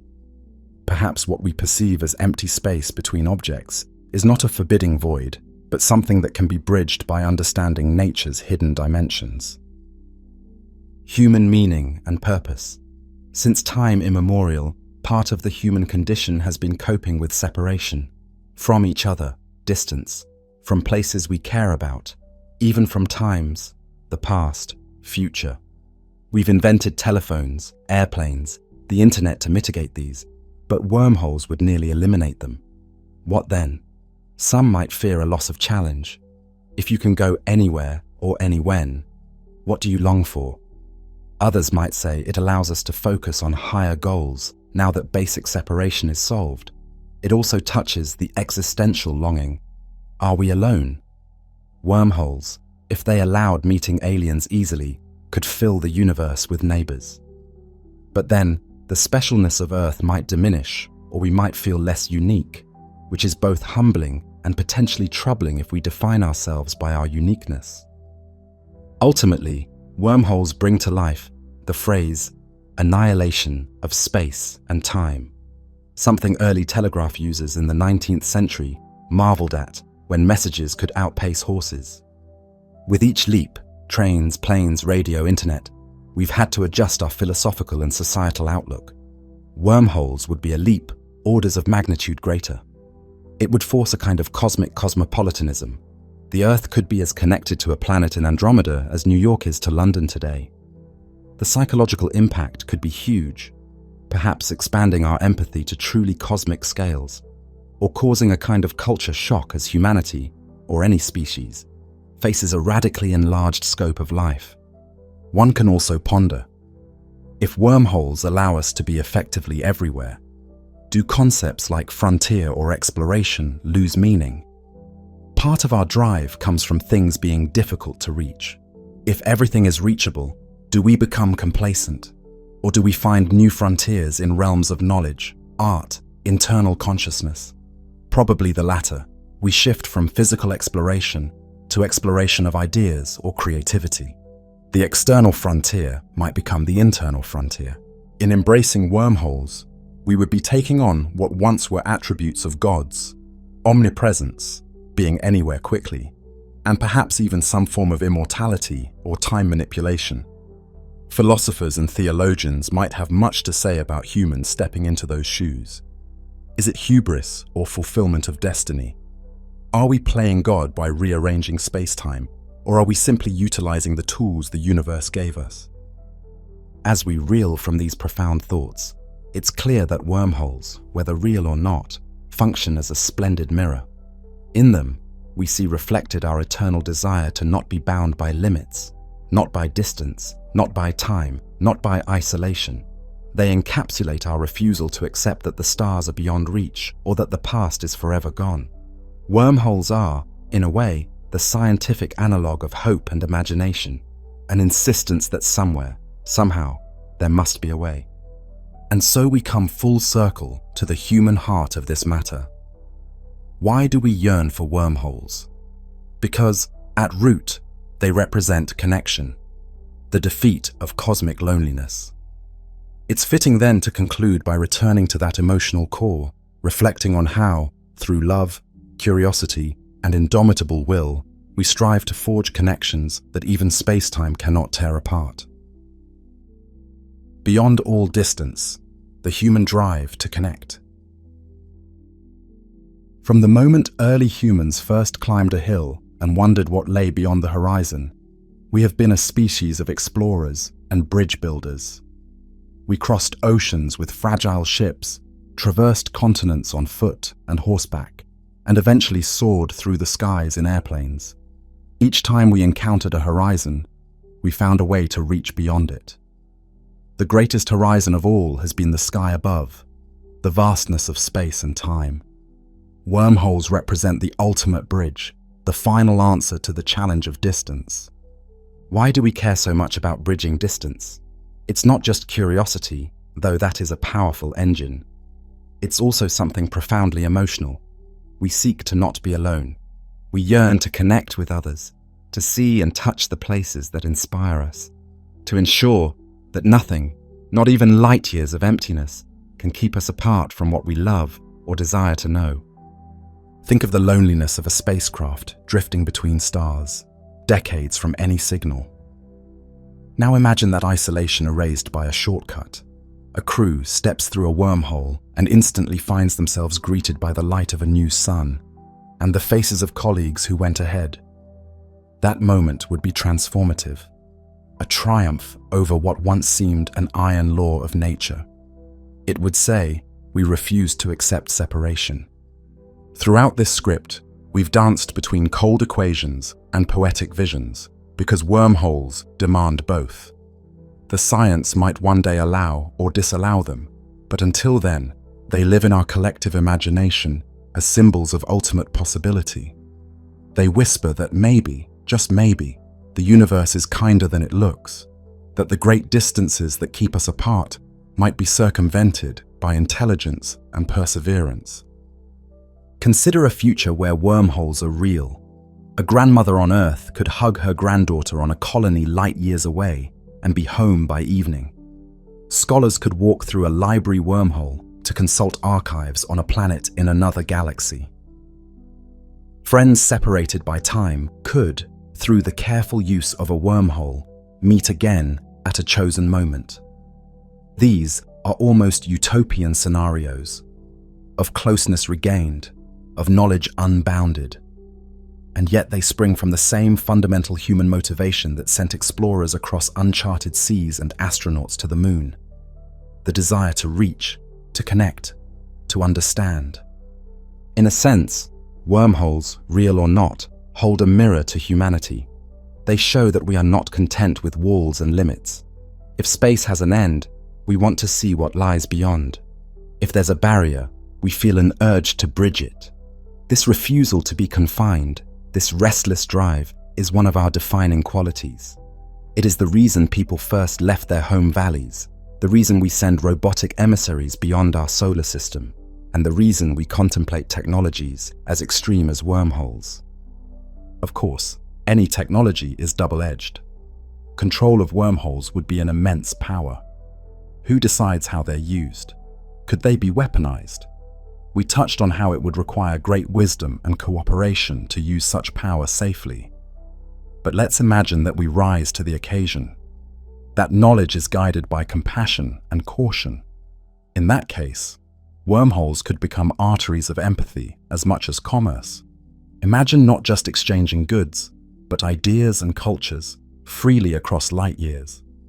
The galaxy, or galaxies, could become a tapestry of interwoven civilizations, each unique but connected. There's a poignant aspect too. If one day we master wormholes, what next? Will there come a time when every point in space we care about is accessible, and we'll look outward and find no place new to go? Perhaps then we'll turn inward to the infinite spaces of mind and creativity, frontiers that can never be exhausted. Perhaps wormholes, by solving the external challenges of distance, will let us focus on exploring questions of meaning, purpose, and inner fulfillment. As we reach for these keys to the cosmos, we find ourselves living out the oldest dreams of our species. We have always imagined magic portals and celestial bridges, from the rainbow path of Norse myth to the flying chariots of Hindu lore, ways to connect realms separated by vastness. With wormholes, those age-old fantasies inch toward reality, rendered in equations and engineered apparatus. The line between myth and science blurs.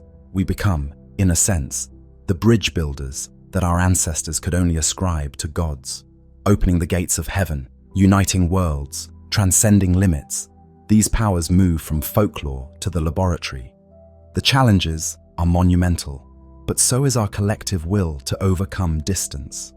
In pursuing wormholes, we are propelled by the same force that once made us launch ships across uncharted oceans and send signals into the dark of space, the unyielding human spirit of connection. It is that spirit that will light our way as we strive to unlock nature's most wondrous back doors and step through into whatever lies beyond. The cosmos awaits. Perhaps not as a void to be feared, but as a home rich with rooms and hallways we have yet to walk. Our longing to traverse its depths is, in the end, a longing to fulfill our own potential. Wormholes or not, that spirit of connection will continue to guide us as we live out this grand story written in the stars, forging bonds that even the fabric of space-time cannot sever. As we reach for these cosmic doorways, we are echoing our oldest tales of secret passages to the heavens. But this time, we might hold the key in our hands. We find that the bridges we seek out there have been inspired by what is in here all along, our capacity to wonder, to strive, and to connect. For generations, we've told stories of magic portals and divine chariots bridging worlds. With wormholes, those narratives edge toward reality under the guidance of science. In building these gateways, we step into roles once reserved for the gods in our legends, opening celestial doors, uniting what was separate. And though the technical challenges are immense, our drive to connect is even greater. It will be the light that guides us through those cosmic doorways. In the end, the pursuit of wormholes is not just a scientific adventure, it's a celebration of the human spirit. It shows our refusal to be limited by distance, time, or even reality itself. Whether or not wormholes become a practical reality, the hope and determination behind them will continue to define us. We will carry with us all the dreams of those who dared to believe that no door stays closed forever.